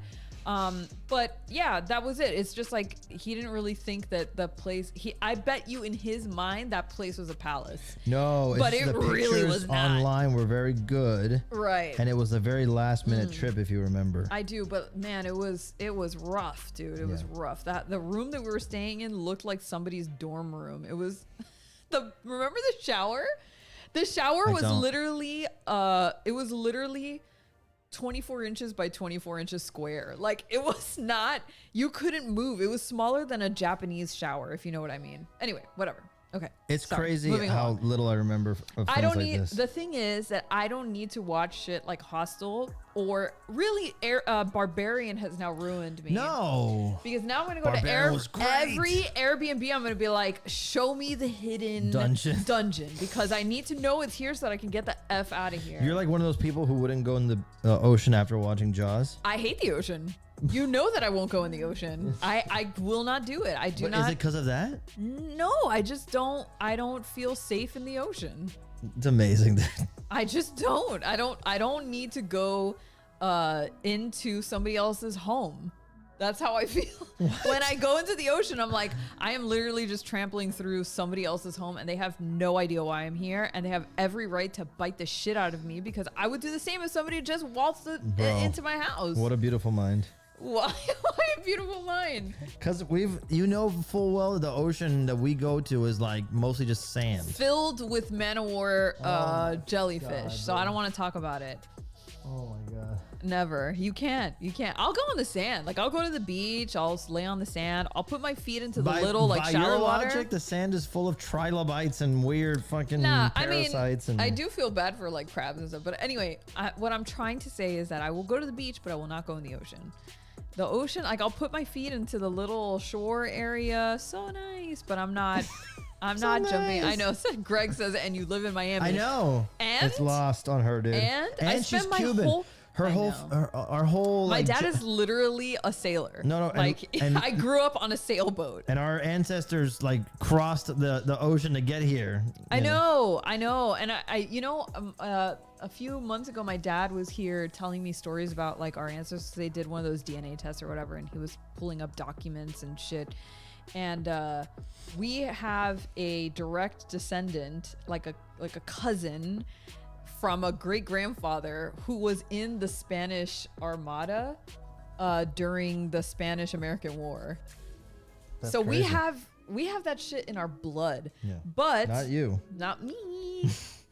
Not you purged your blood me. of any of the cool sailor parts. it's not that I don't think that it's cool. It's just that just I don't respect it feel from a distance. comfortable. Exactly. I don't need to be in the water, bro. Like I can be in a pool. Did you see Open Water? Where that movie was Yes, called? that shit fucked me up. I was like, never. You could never convince me to go on one of those charter boats to go and do anything. Nothing. I don't even want to go drink. I just want to let me stay on land, please, God, please.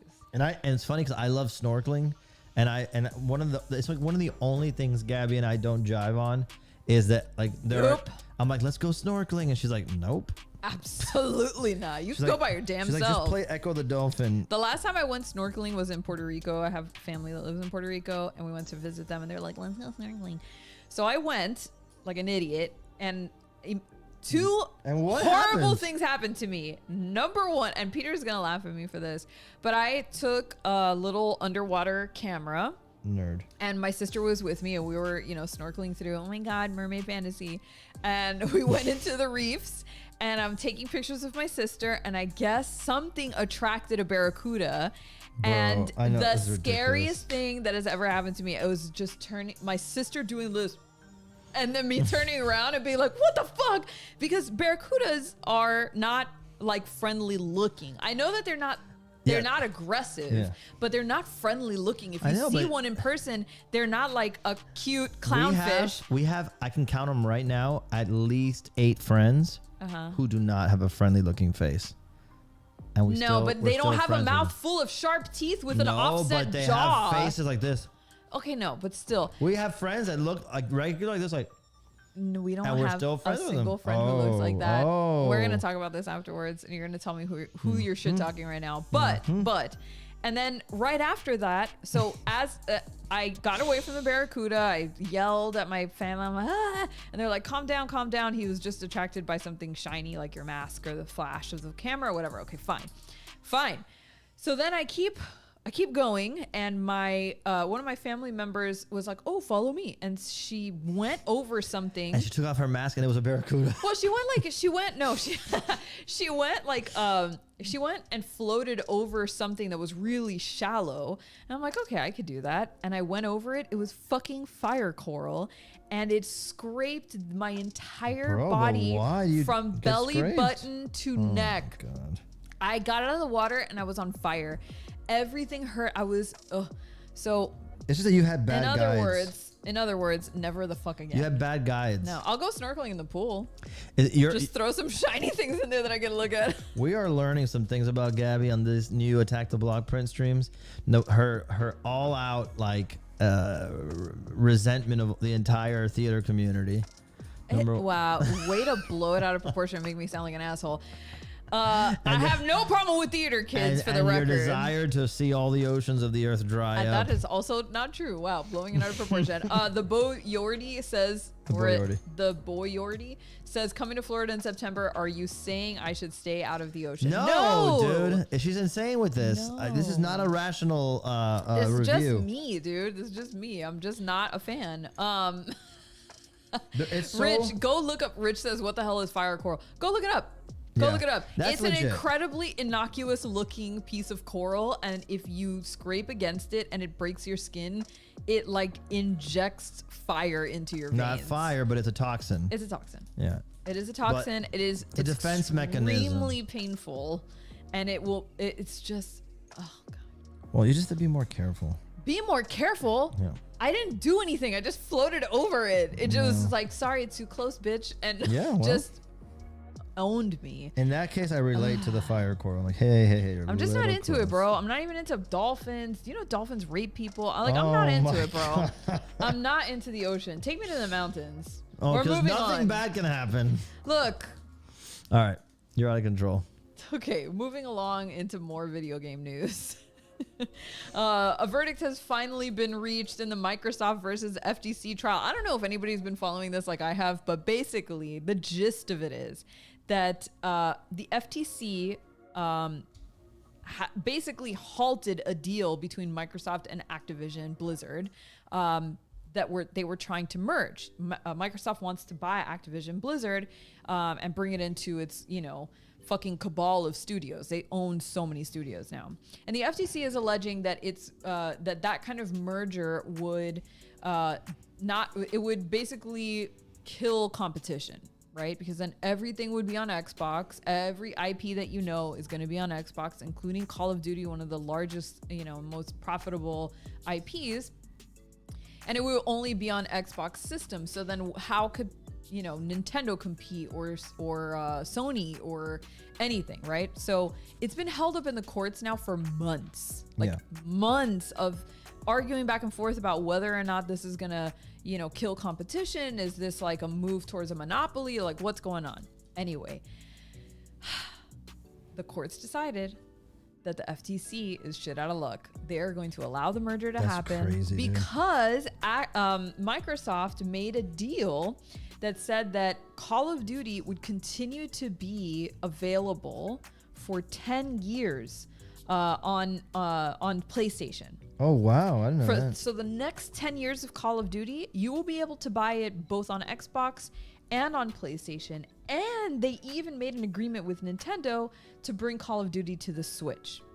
It's been on the Switch. It also entered several agreements to, for the first time, bring Activision's content to several cloud gaming services. So they're obviously, like, Microsoft is trying to do what they can to continue to encourage healthy competition in the marketplace, but they want to now look, it's not like that it doesn't smell, you know what I mean? Like, it doesn't smell funky. It still smells funky. And yeah, they might be doing these small things now, and saying, oh, for the next 10 years, this and that and the other, but maybe they have a longer term game plan here that is gonna rear its ugly head in a decade. But for now, it doesn't seem like the FTC has any proof that this is going to discourage competition. I haven't been following it too closely, but I did hear a few things come out where they were like, they had to admit, or they said that, look, Microsoft already lost the console war. Like, they said something like that, basically to say, hey, even if we do this, we're so far behind that this maybe let us catch up with PlayStation, essentially. And so, which I thought was an interesting argument, because they had to like admit something like that, which I'm sure they didn't want to otherwise. And the truth is, like, we have an Xbox, but we only really play it when something's like free on Game Pass. I can't even think of the last exclusive. Maybe Halo, the new Halo when it came out. I don't really play this generation of Xbox. I don't play it for the Because they have no exclusives. exclusives. I play it for the Game Pass. Yeah, the convenience. Because the Game Pass is way better than the Sony Platinum no sé qué pinga. It's just, it's not as good, and it doesn't make me want to go and try. I've tried a bunch of new games on Game Pass that I never would have bought otherwise. And to me, that as like somebody who considers themselves a gamer, it's important for me to be able to try as many things as I want. Yeah. And Game Pass makes it more possible than ever to do that. Yeah, it's great. So yes, did they lose the console war? I absolutely prefer my PlayStation 5 And the exclusives there are the best. and their exclusives to the Xbox. I don't like their controllers. They feel cheap to me. It's just something about, like, I don't even like the ecosystem really, like the actual interface, operating system interface of it is not my favorite, but Game Pass just like It rules. it rules. And so anyway, Mr. Lanfear says the FTC still has another challenge available, so this isn't the end. Oh, Even really? after the merger goes through, if they're successful, it can be undone. Yes, that is Oh, true. wow. And it is mentioned in the article that I had pulled up there that the FTC is still seeking another like round Interesting. of arguments about this. So we will see. But so far it looks like, you know, the courts are finding in Microsoft's favor. So, you know, Yeah. yeah. I'm interested to see where the whole thing goes, because I really thought that if PlayStation would have put out a better version of their Game Pass competitor, it would have been good night, good luck. Because Yeah. all the exclusives are already there, Yeah. you know. But this is brilliant, man. So Yeah. I- Taco Boy Design says, I have Game Pass and no Xbox. Yeah, I have. My brother has Game Pass. He's a PC gamer. He loves console gaming. He just got a PS5, but he's mostly a PC gamer. And he has the PC version of Game Pass. it's awesome, And dude. he's like, it's amazing. I get It's to do so everything. easy. Like, especially like I played Halo on PC before we even had an Xbox Yeah. with Game Pass. And Yeah, it you was played it on the PC. Because you can get an Xbox controller. It's so I easy. know. It's the best service. Yeah, in games. and I think that's maybe where they're headed is Yeah. like maybe less focus on console hardware and more Yeah. focus on like providing this service. I always tell people who are like not hardcore gamers or anything, and I'm like, if you're gonna get into games now, the best deal is Xbox with Game Pass. Yeah, yeah, Not even close. yeah. But anyway, I'm not super upset about this. Like, No. I don't think it makes a big fucking difference if they own Activision Blizzard. I mean, No, now Sony's gonna have to come up with a shooter competitor, like an exclusive one. I still like Sony titles more than Xbox exclusive titles. Like, the stuff that's come out Sony exclusive has been a banger after banger after banger. And so I can't But now- imagine that it's a problem. Now, let me ask you this: so does Bethesda already? So is that That's already owned by That's Microsoft. done. That's So- been, yeah. So there's not going to be any Skyrim, Oblivion, or whatever it is. I don't on know. I don't PlayStation? think so. I think, you know, That's you big. can, because Skyrim, you can play on everything now. Now. Well, yeah, but like, the next one, I mean. okay, but the next one, there's nothing wrong with them having it as an exclusive on the Xbox No, it's cool. console No. for a number of months or whatever, and then move it. I'm saying that it's amazing that they're going to have suddenly they're going to have a good exclusive library. That's what I'm trying to say. I mean, whenever the hell the next Skyrim comes out, Yeah. or rather the next Elder Scrolls comes out, because it's not going to be Skyrim. No, wait. It's going to be Elder Scrolls 6, whatever that is. Yeah. Well, they have the Well, they have what's the Starfield space- coming Starfield, out, but Starfield, I don't know. I don't know. it's I mean, it's a big exclusive. I know, but I don't know how I feel about it. Yeah. I just don't like. There's nothing I've seen so far that I've been like, oh my god, I have to play it. No, but I think people who are into it are going to really dig it. Yeah, well, good for those people. Okay. You need to start getting used to hitting that bomb button when you get a hard point. Hit the bomb button. Say good for those people. Hit the bomb button. Wait, which one is it? Oh, No, so good for those people. good for those people. You have to get good at that one. Yeah, I just keep forgetting because you put a bomb as light blue, and my brain does not correlate Oh, the okay. color of light blue with a bomb explosion. Well, that's all that will be left is the sky. Anyway, moving along. So I found this article very interesting because I watch a lot of TV, and I don't give a shit about the Emmys. So let me be very fucking clear. I don't give a shit about the Emmys. I think that most of these award associations or whatever the fuck they're called are super sus. Except for the Jeffries. Oh well, the hosted by Jeffries Toy is Anxiety. different. Yeah. But any second now, they could be taking Could bribes. go. You never know. And so I That's feel true. like the Emmys, the Oscars, the Grammys, all that shit is like bought and paid for by whoever wants to win the most. And so I don't really care, but I just thought it was really interesting this year because a lot of TV shows that came out in the last year got snubbed, and like impressive shows. I haven't heard which ones. Okay, so here's the tea. Apparently, You know what you didn't do, by the way? What? You didn't usher us into entertainment news. I'm sorry, too bad. It's Do it too right late. now. No, please. Do it. For this one story. Okay. Both buttons. Entertainment news.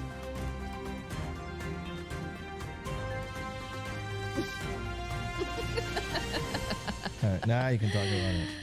Oh God. Anyway, okay, so quite a few shows got snubbed this year for the Emmys. First of all, Kevin Costner did not get a nomination for Yellowstone, even though he's leaving. Like, this is his last season. He's gone. Season 5. I don't know if anybody else watches Yellowstone. I love it. But season 5 was his last. And then there was a spin-off of Yellowstone that included fucking Harrison Ford and Helen Mirren. Oh, right. And they also didn't get a nod, which is like, what the fuck? And then Did you and watch then- that? No. No. And then I haven't watched it because I haven't finished season 5 of Yellowstone yet, and I don't want to watch 1923 until then. Anyway, whatever. Also, the dramedy from Apple TV, which is called Shrinking, which also had Harrison Ford. Harrison Ford didn't get a nod for that, but Jason Segel did, even though he's the co-star. Weird. I haven't watched either one. I haven't watched Shrinking, but a lot of people say that it's awesome. I just never think to go to Apple TV for some reason. It's not on my like little I know, shortcuts we menu forget. of streaming shit, so I forget all the time. Game of Thrones, House of the Dragon did not get any nods. That's fucking That's crazy. crazy. That's crazy. That means Patty Considine, Matt Smith, Emma Darcy, and Olivia Cook missed out on any nods, and also the actress that plays God, I forget her fucking name now because it's been months since I've watched this, but she's like the main chick. She's non-binary. Her name is their name is Darcy, and they did not submit for the Emmys this year because they had to submit for a gendered category, and they refused to submit because they weren't given another choice. Interesting. Yeah. So really complicated. Also, Andor didn't get any nods. That was an incredible show. I saw that coming a mile away. Nah, that's No, crazy. I'm not saying I agree with that. I said I saw it coming. It got so much praise for being such a well-written show and well-directed and everything, and it just got like shafted. No, that Nothing. sucks. It sucks. It sucks. But I could see it coming. Also, let's see. Hold on. There was another one. Oh, I didn't watch this season of The Crown, but apparently Imelda Staunton, who many people will know as what's her face from Harry Potter, the shitty fucking professor who turned into the head mistress in What? Harry Potter. Bro, Who? she played in Order of the Phoenix. Was it Order of the Phoenix? My Harry Potter trivia is really bad. But the lady who plays, I forget her name, the head mistress that takes over after Dumbledore, and she's a fucking bitch. She's the one who plays the Queen, Bro, I Elizabeth, remember. in The Crown. You're talking about the chick that was in Downton Abbey, the old lady? Professor or something or other? The old lady? You can't be calling her. Oh my God! Yeah, she was in Downton Abbey, She's but she was in one of the awesome. movies. No, you're thinking about Professor McGonagall, Yes. who is also in Downton Abbey. Yes. But no. Umbridge. Thank you, John R. Price, Oh. bro. Fucking coming in with the win. Yes. Professor Umbridge, who is she's this like horrible woman. You're saying that the character is a horrible woman. The character is a horrible woman. The woman who plays Professor Umbridge in the Harry Potter films is Imelda Staunton. She's good.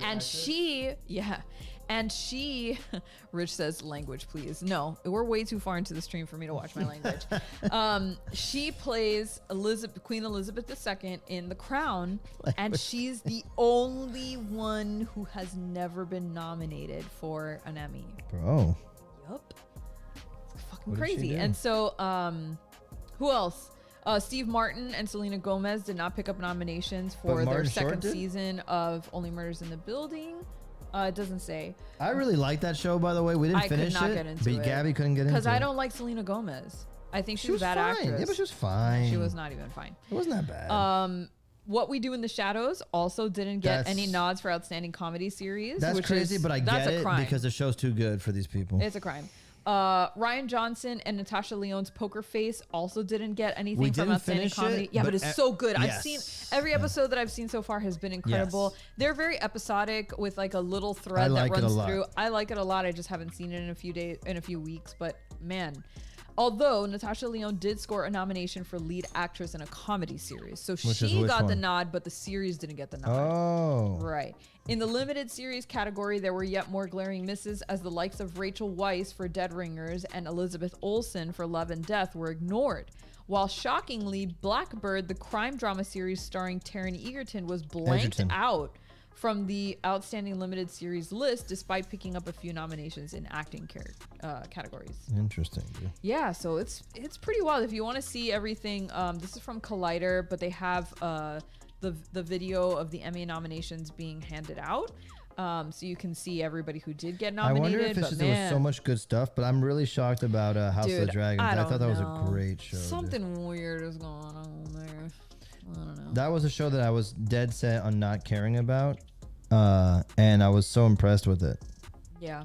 Oh my God, What We Do in the Shadows is Yeah. like a masterpiece of a comedy series, and I'm surprised that it didn't get any love whatsoever. I can't wait for the new season. Yeah, it comes out This week. Yeah, this week. So crazy. Okay. In other news, Ahsoka has a new full-length trailer. I saw it. It's so good. It is really good. I'm going to play it. You're not going to get any audio because I don't want to be copyright struck. So it's only the audio. I guess. I don't know. I haven't figured it out. I thought it was if you let it play for more than 10 seconds. No, let me turn it's off the audio. audio. Yeah, there we go. I love it specifically because there is so much more mention of the Rebels. Like, this trailer is all about calling back to the show Rebels, which is an animated series that you can see on Disney Plus. If you haven't watched Rebels, man, I think it's some of the best Star Wars ever. Easily some of the best Star Wars storytelling I've seen in a long time. I would say Bad Batch is probably second to that in terms of animated shows. And then Clone Wars would probably be the third for me, but only because it hasn't aged well. I know that's where Ahsoka kind of like, came from, but still, I think Rebels was The better. hate mail you're going to get I don't care. after the theater, Let it happen. after the ocean, Let it and happen, after bro. Clone Wars, bro. Let you it are happen. literally going to Let it rain down on me. This is how the villain is born. Yeah, my villain origin story. I don't care. I watched Clone Wars. I loved it. In fact, I was one of the people who used to advocate for Clone Wars to everybody before Rebels came out, that it was like the best animated Star Wars show on TV, and I loved it. But ever since then, which is, that was when I was like 20 years old. Yeah. So, 17 years later, I don't feel that way anymore. And I've tried to rewatch Clone Wars and it's not easily rewatchable. And I just like Rebels more. I don't know. Rebels is perfect. I just like it more. I think it's got, I don't know if it's just that I relate maybe to some of the characters more in this one I than love I did. Ezra. I love him. Yeah, I love every single character. Chopper, Zeb. Yeah, we get Sabine in this one being Sabine. a badass. We get Hera back. We get Ahsoka teaming up. It's like all the girls are coming back together. We get Chopper. It's a which is really awesome. strong cast. Yeah, I think characters. Ezra's gonna be in there. They showed him in the trailer. Well, they showed they just showed like a hologram of him, course. but I don't know. Of course. I don't know. I mean, I Stop know. it. I know. I hope. Of course. I can't. I don't like to. A's in. I don't like to get so hyped up and then later they're like, No. we're leaving it for the second season. No, the question I have is if Luke is going to be in this show. That's what I'm wondering. Why would he be? Because Ahsoka and Luke have already hung out in Boba. And, Oh, that makes sense. Yeah, you're right.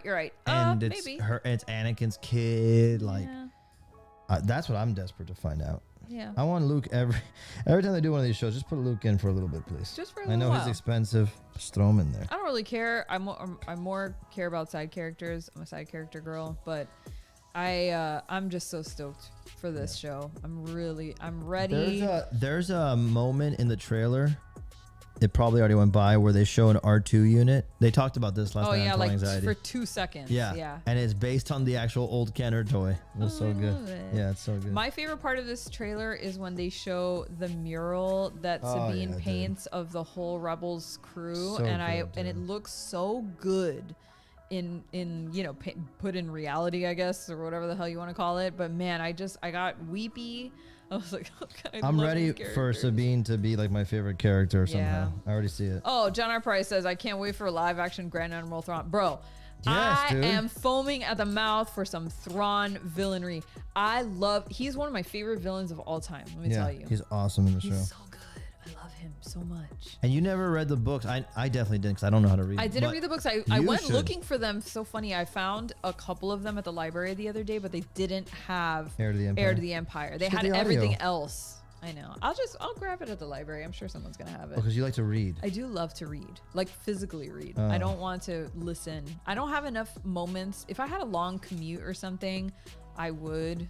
It was the same time as you're spending reading it. No, it's not the same. When you're reading, you're sitting down and you're actively focused on what you're reading. But when you're listening, your body has to be doing something else. You can't just sit and listen. You could. No, I'm sure there's some people out there who can do that, but I can't just sit and listen. My body has to be doing something.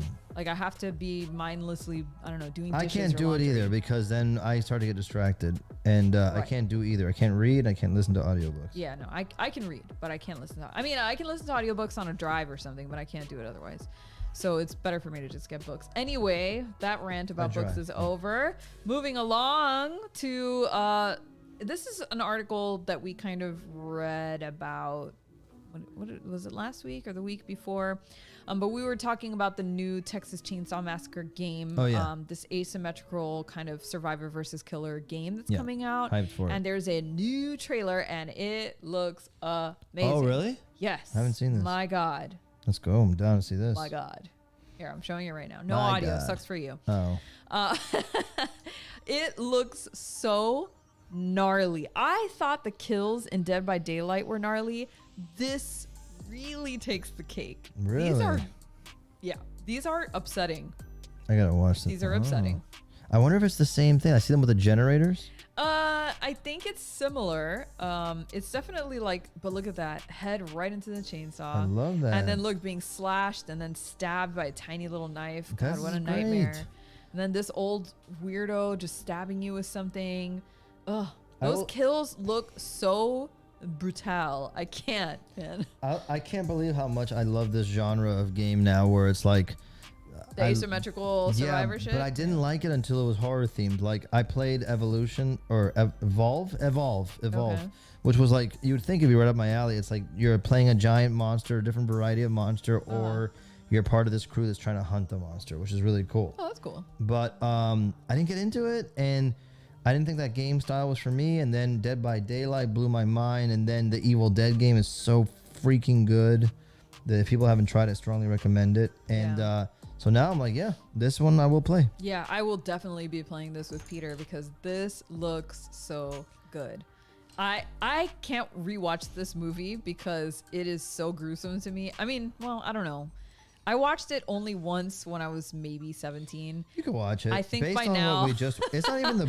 I think 20 years later, maybe it won't grip me as intensely as it did when I was a kid. I think it's less about the gruesome nature of the kills in this movie for you, and it's more about like how much of a bummer the idea of being trapped out there is. Well, yeah, and it's like it's total helplessness, you know? Like there's no there's no like the final girl. I mean, although there is a final girl in Texas Chainsaw Massacre, but it's not in the badass way that you would like a Jamie Lee Curtis final girl. You know what I mean? No, it's a bad time for everybody. It's a bad time. And Our friends at Funko Games who did the Texas Chainsaw Massacre, this just game that just came out. By the way, if you're the a board tabletop, game. yeah, if you're a tabletop player, you should get that game as soon as you can. It is so fun, and it's like definitely like on the money for Texas Chainsaw Massacre. And I think when you open the instructions to read, like it starts off with saying like there are no winners in the Texas Chainsaw Massacre. There are none. Only survivors. So it's awesome, dude. Horrible. I hate it. Anyway, but I'm really down to play this game. By the way, Larry says which Evil Dead game? There's an asymmetrical Evil Dead game that came out last year that you can either play as the Deadites. No. Well, yeah, you can play as a Deadite, or you can play as any one of the characters from the movie. So you could be or the Ash, show. you could be his sister, you could be characters from Evil Dead, Ash versus Evil Dead. Yeah, characters from Evil Dead 2, Army of Darkness, and Yes. Evil Dead the show. Yes. So and they're all in it. It's awesome. It's so fun. When you play as a Deadite, you actually get to like control the camera the way that it is in the movie. You play as like the mist or whatever. Yeah, at like first. the spirit Yeah. or whatever the hell that possesses Dude, everybody. but it's so good, man. Yeah, you It's should look it such up. a freaking fun time, man. Peter used to play that obsessively. Yeah, I got so obsessed with it. It was because it was like $40 when it came out, so it's Yeah. already like a great deal to try. Yeah. And the replay value is so freaking high on that game. And the last bit of news that we have for tonight is about Insidious, which I talked about last week. Stretch it out. I'm almost done, but I need some more coverage. Okay. We talked about this last week. Insidious, The Red Door premiered last Friday, right? Yeah, we haven't seen it yet. We haven't seen it yet. Again, we have no time. But this made me very happy because I know for the last couple of weeks I've been talking about movies that have been coming out like Indiana Jones and The Flash that just haven't been doing well in the box office. They've just flopped, for lack of a better term. So I was very excited to see this article come out on Fangoria that said that Insidious is making a killing at the box office. And that brings me so much joy as a horror movie fan to know that all these big blockbuster titles are eating shit, but Insidious is killing it. They're spending too much money on these movies. Oh, 100%. And horror has always been like a low budget affair. And right now, when people aren't going to the theater as much as they used to for the same type of things they used to go see, it's like horror has the best chance at surviving because they've always been economical films. And the budgets of these movies that I hear get thrown around, I'm like, bro, what are you guys spending this money on, dude? And then when you hear like how much, was spent on films like Evil Dead Rise, like Barbarian, I'm like, dude, just make a good movie. Don't worry about like, I don't know, man. I'm just bummed out because it seems like it's like this weird churn of, in order to make an awesome superhero movie, for example, we got to spend hundreds of millions of dollars. I'm like, really, bro? Like, there's no way around it? Because I would be so happy with a down, dirty Spider-Man, Batman movie that's less about cosmic craziness and happening and all these. Just make it about, in Batman, make it about the detective work. In Spider-Man, make him like, just a regular New York City street type of thing. And like, dude, I'm ready for that already. I'm so over the giant, like, flashbang stuff. And I don't want to have to sacrifice superheroes because the only way they know how to make these movies is with giant budgets. I just want them to be good, small movies. They don't have to be crazy. And everybody will go watch them, dude. Yeah. I was actually disappointed with the Batman movie. Not as a whole. I think it was very entertaining and a lot of fun and all that. And I liked Robert Pattinson and believe me, like, I liked a lot of more about that movie than I didn't like. But what bummed me out is when by the end of the film, it started to feel like a regular blockbuster Hollywood ending with the big flood and the this. I'm like, no, dude, you set me up the whole time to think that I was going to get a detective story like Seven. You know what happens at the end of Seven?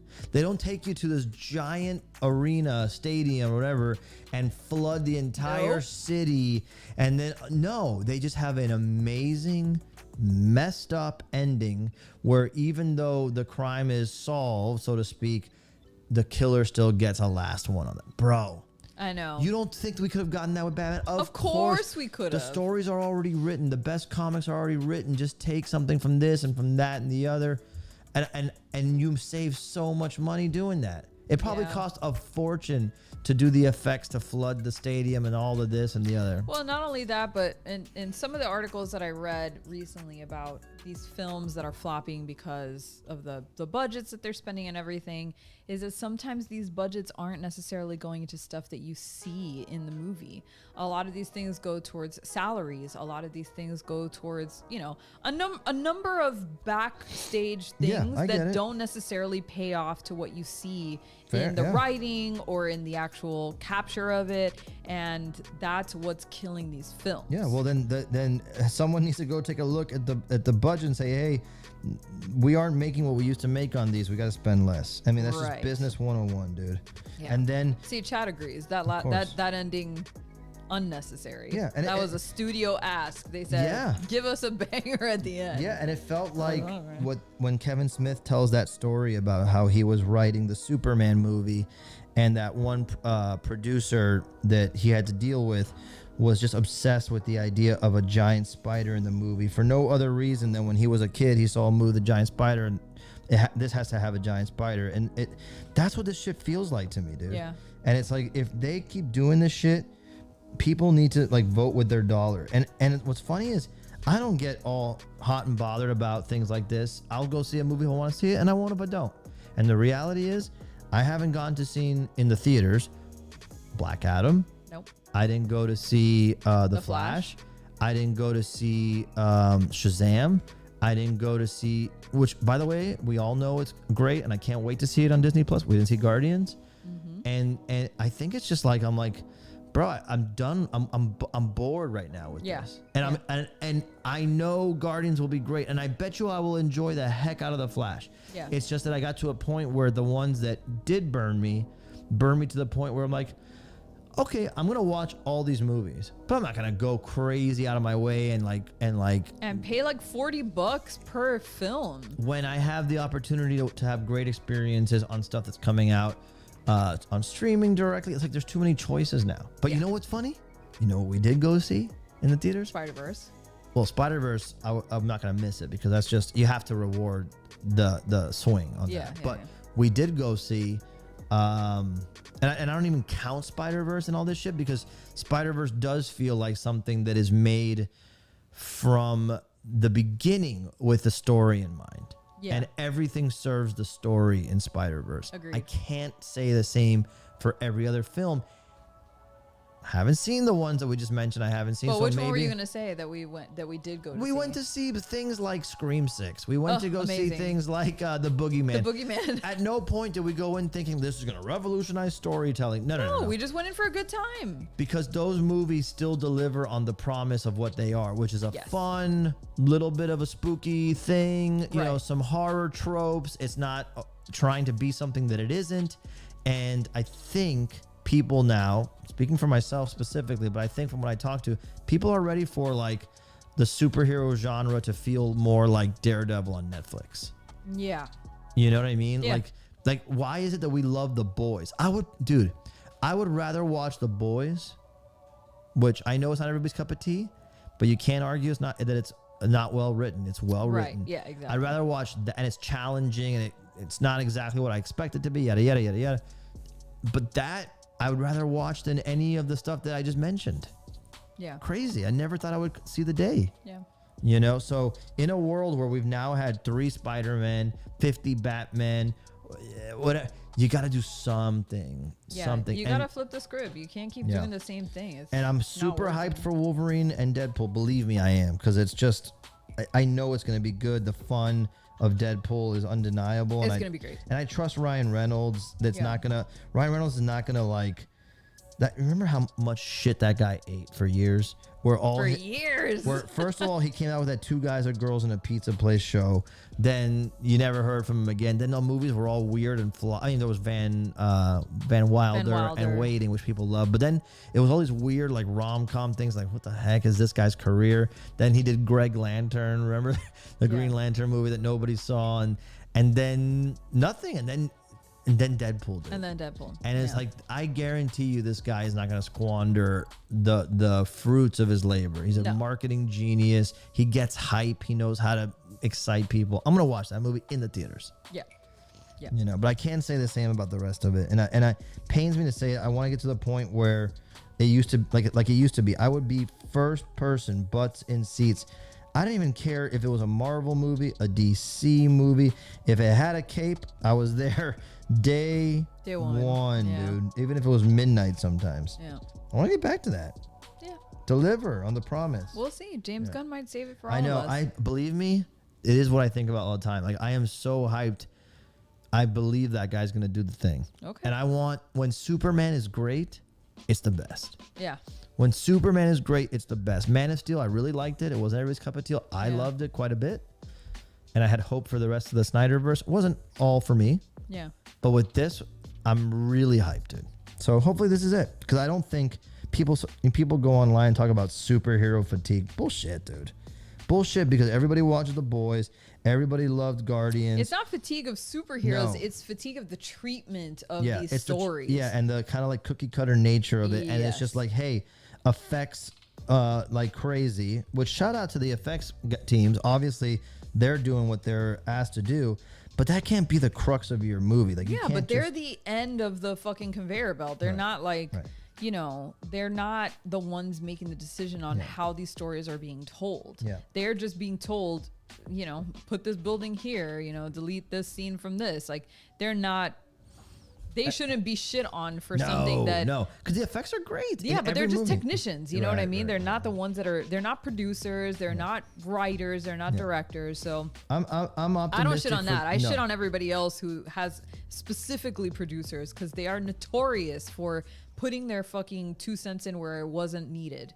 Yeah, we don't know what all that happens behind the scenes. I'm sure there's reasons for everything. Believe me, I've learned that the hard way. But what I'll say is I am excited for the course to be corrected because there's a lot of money to be made on good movies. Yeah. And so I expect the movies will be good again soon. Yeah. So how you doing with that print over there? I'm The carving. pretty close. Yeah, Yeah. close? Because I'm out of news. I don't know what else to talk about. I'm slowly really fading as No, we're I'm- now on I'm- our second I'll hour tell of you what- streaming. No, this is what you're going to do. Tell me.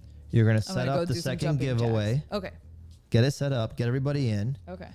And I'm going to print this. Got it. And then we're going to wrap it up. All right. But okay, so let me just finish real quick. Read all of this. Okay, let me open up. Someone asked in the chat what I'm going to do with this carving, whether I'm going to sell the prints. So if you don't know, if you haven't been watching, I am not selling these prints because these are just studies that I do. What I am going to do, what Gabby and I have been talking about, is we are going to be launching a Patreon really soon, probably after Comic-Con, because we just need some time to get it all together. And Comic-Con's been sucking all the energy and the time out of us. But when we do launch the Patreon, it's going to be centered around extra streams, giving people first dibs on buying my APs when I drop APs, and giveaways of the prints that I make off these blocks. So you'll be able to win them depending on your Patreon tier. So a lot of fun there to be had. And it gives me an opportunity to make stuff that I'm not necessarily like on the clock making for a reason, just for fun, and then I can get it to you guys, which is what makes me happy about making it. So I'm pretty much done. Awesome. Right? Look at that. Look at that. It's pretty cool. Looks great. And then what I'm going to do now is I'm just going to double check, see if I need this. Is that doing this? Is it doing anything? Yeah. No, I'm not going to add that. All right, I'm going to print this real quick. Okay. Okay. While I'm printing it, you should get everybody. Giveaway form is already in the chat. You guys so have. You can go ahead and enter. If you've already entered, you're good to go. You don't need to re-enter. It's just for people who didn't get to enter earlier today in the stream. It is open to United States and international entrants. So go ahead and enter, even if you're not in the United States right now. And you guys have until I finish the print. Yeah, Peter will give me the go ahead to close it on up. Yeah. In the meantime. And by the way, the print that we're giving away is the. Oh, right here.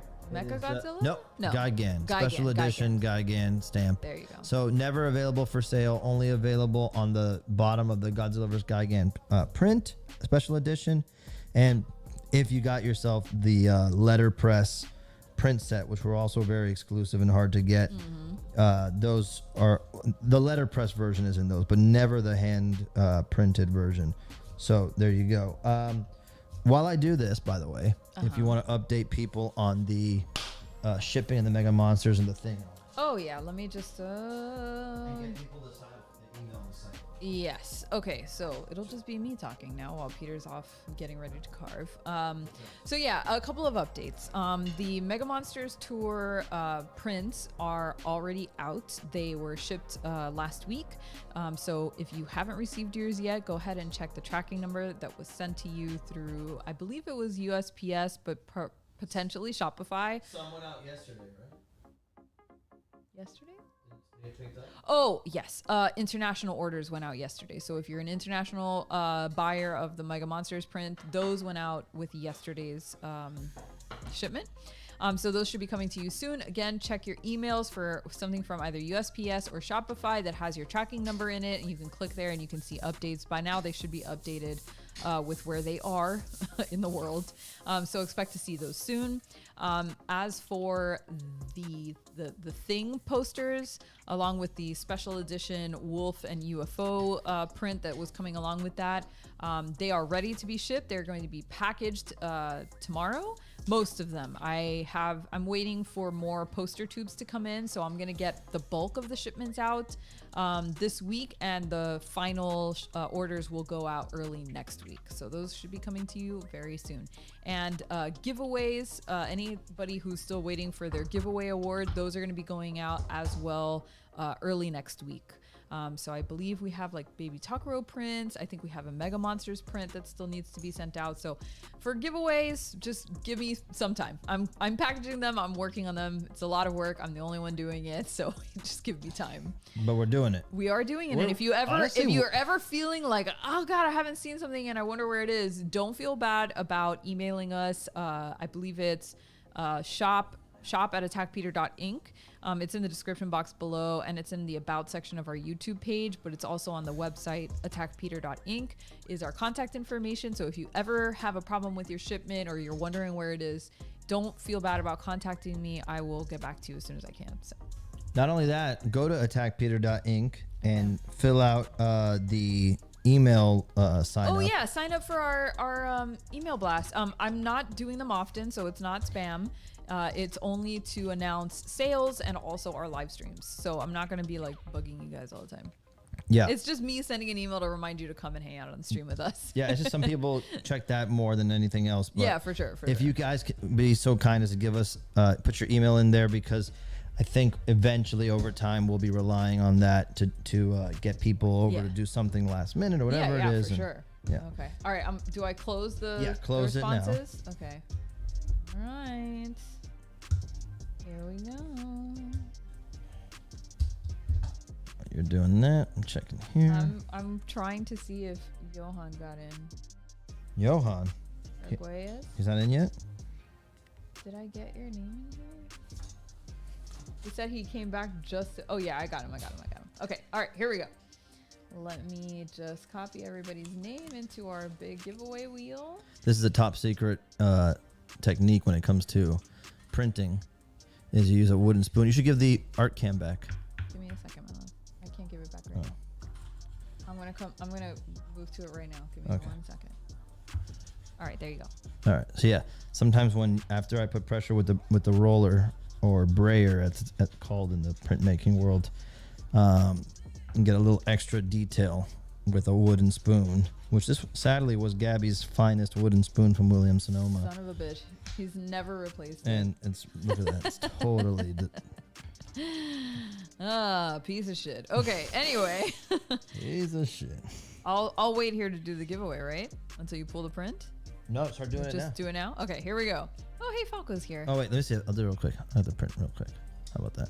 Yeah, remember I need the footage for the reveal. Oh, right. Yeah, okay, so do it right. Do it right. Do it right. You know what Tony says. Whoop. Whoa. And Just hold it there you there go. for a few seconds so I can grab that footage later. Wow. That's right. You have to make the edit of this. I'm going to start putting up, so everybody knows I'm going to start putting up YouTube shorts that have like time-lapse compilations of Peter carving all of these prints, so you can watch them again without like watching, unless you want to watch the whole live stream. You're welcome. Again, you know, we'll keep you company. But if not, you just want to see Peter do his magic trick here with carving, you can do that on YouTube shorts. They will be living on our page. Rent free. It'll be wonderful. Go ahead and sign that thing so I can get footage of you signing it too. Okay, hold on. I don't have I have to direct him. I'm sorry if anyone's bored of me directing him. How do you not have a pencil here? Okay, now I'm gonna run the giveaway. Okay, let's see. Let me turn this one on. No, I don't have a pencil. I just have to do it like that. All right, here we go. So this is for the last of the Gigan prints. Why don't you run over to the dining room and grab the pencil? Oh, never mind. And our winner is... Hello? Oh, hey, James! James Winnett. He won the Gigan. Congratulations, James. Yay. Chat, make sure you congratulate James on winning his Gigan print. Heck yeah. Congratulations, dude. It's awesome. Yay. All right, sign that bad boy. Wow. All right, leave it there for a minute so I can grab the footage. Amazing. It looks awesome, B. We did it. Good job. Woo. It looks so good. Did it. Another Yeah, start you to did it. finish You in did one it. stream. Start to finish, carve it from scratch. There you go. So happy we got to do it. And now we are at 4. So we already have a month. Do we have 4? Wait, did you talk about, because I was busy doing something, did you talk about? The Kickstarter? Just no, quick. not the Kickstarter. I mean, the Patreon. The Patreon? You talked about it? Just briefly, but I don't know if you want to give any more details. I just kind of said that like we're going to probably launch it after Comic-Con. I was hoping to launch it. Yes, ideally, I want to launch it at the end of this month. Okay. So either end of this month or beginning of August is when we'll be releasing the Patreon and opening up for subscribers. So if you want to, again, if you want to know about these things, I highly suggest that you go to attackpeter.inc, INK, and sign up for emails, because I will be sending out all kinds of information about the Patreon as we get closer to that release date and what the tiers are going to have. So what your membership will get you every month. 100%. One of the things that we're including into the membership is the ability to get your hands on these prints of the only way to get them. Yeah. The only way to get them. Correct. Will So be through this. that will be included, and a number of other things. So as we get closer to that date, I'm going to be sending out email reminders that the Patreon is coming and that this is what's going to be there. We'll talk about it on the stream as well. But yeah, go ahead and sign up for that email newsletter so that you can get, a first chance to see what's going on with the Patreon and not have to wait for the stream. And yeah, we're really excited about launching it. I think it's going to be a great time. It's going to give us an opportunity to do some extra stuff with you guys that like doesn't need to be on YouTube, like long form watch alongs, like we watch movies. If we play video games, we'll do that for Patreon members only. We'll do some extra private streams. And again, like you'll be able to win these prints without having to purchase anything besides just having your membership on the Patreon. Exactly. Yes. So, and then like I said, in the future, when I do AP drops, or maybe I just do a block print that's only for available to purchase, it's original stuff, but you can only get it through the Patreon. There's things like that. We're going to come up with awesome stuff for you guys so that you feel the love for supporting us. So it feels worthwhile. Yeah, exactly. Yeah. Okay. All right, you guys. We did it. I think that's it. We did it. It only took almost 2.5 hours. I know. But you have to get quicker at carving, boy. Dude, okay, so I knew it. I called at the beginning. It was going to take longer. I know. He told me. He was like, you better have a lot of news ready. Yeah. But so remember, no, we are going to be streaming next week, but it's going to be like it's going to be kind of a rough and tumble version of it because I'm going to be at Comic-Con and it's going to be preview night. Okay. So I will be streaming, but it won't be this format that you see. It will be a little bit different, but it'll still be fun. Yeah. Tune in. You'll be able to see preview night of Comic-Con and see what we're getting up to. So yeah, make sure you tune into that. I will send out a reminder next week so that you don't forget. And I think that's about it. Yeah, man. Just stick around. If you're not following us, follow us on Instagram. I'm at Attack Peter. Gabby's at Double Trouble. Yeah, all of our information is in the description box below. Don't forget to leave a like. If you're new here, make sure that you subscribe if you love our content. And wait, there was another thing that I was going to say. Oh, yeah. Leave an actual comment on the video below. Please. Please. It helps so much. The engagement, algorithms are a pain in the ass. Just leave us a comment and say that you had a great time, or, give us your opinion on Wolverine. Or tell us a suggestion. The Toxic Avenger was a suggestion from the comments in the chat. So go into the comments. Send a suggestion for next week. Yeah. Or the week after. Yeah. Sorry. Yeah. Or tell me how you feel about the ocean. I've changed my mind. Okay. We love you guys. Love you guys. Bye.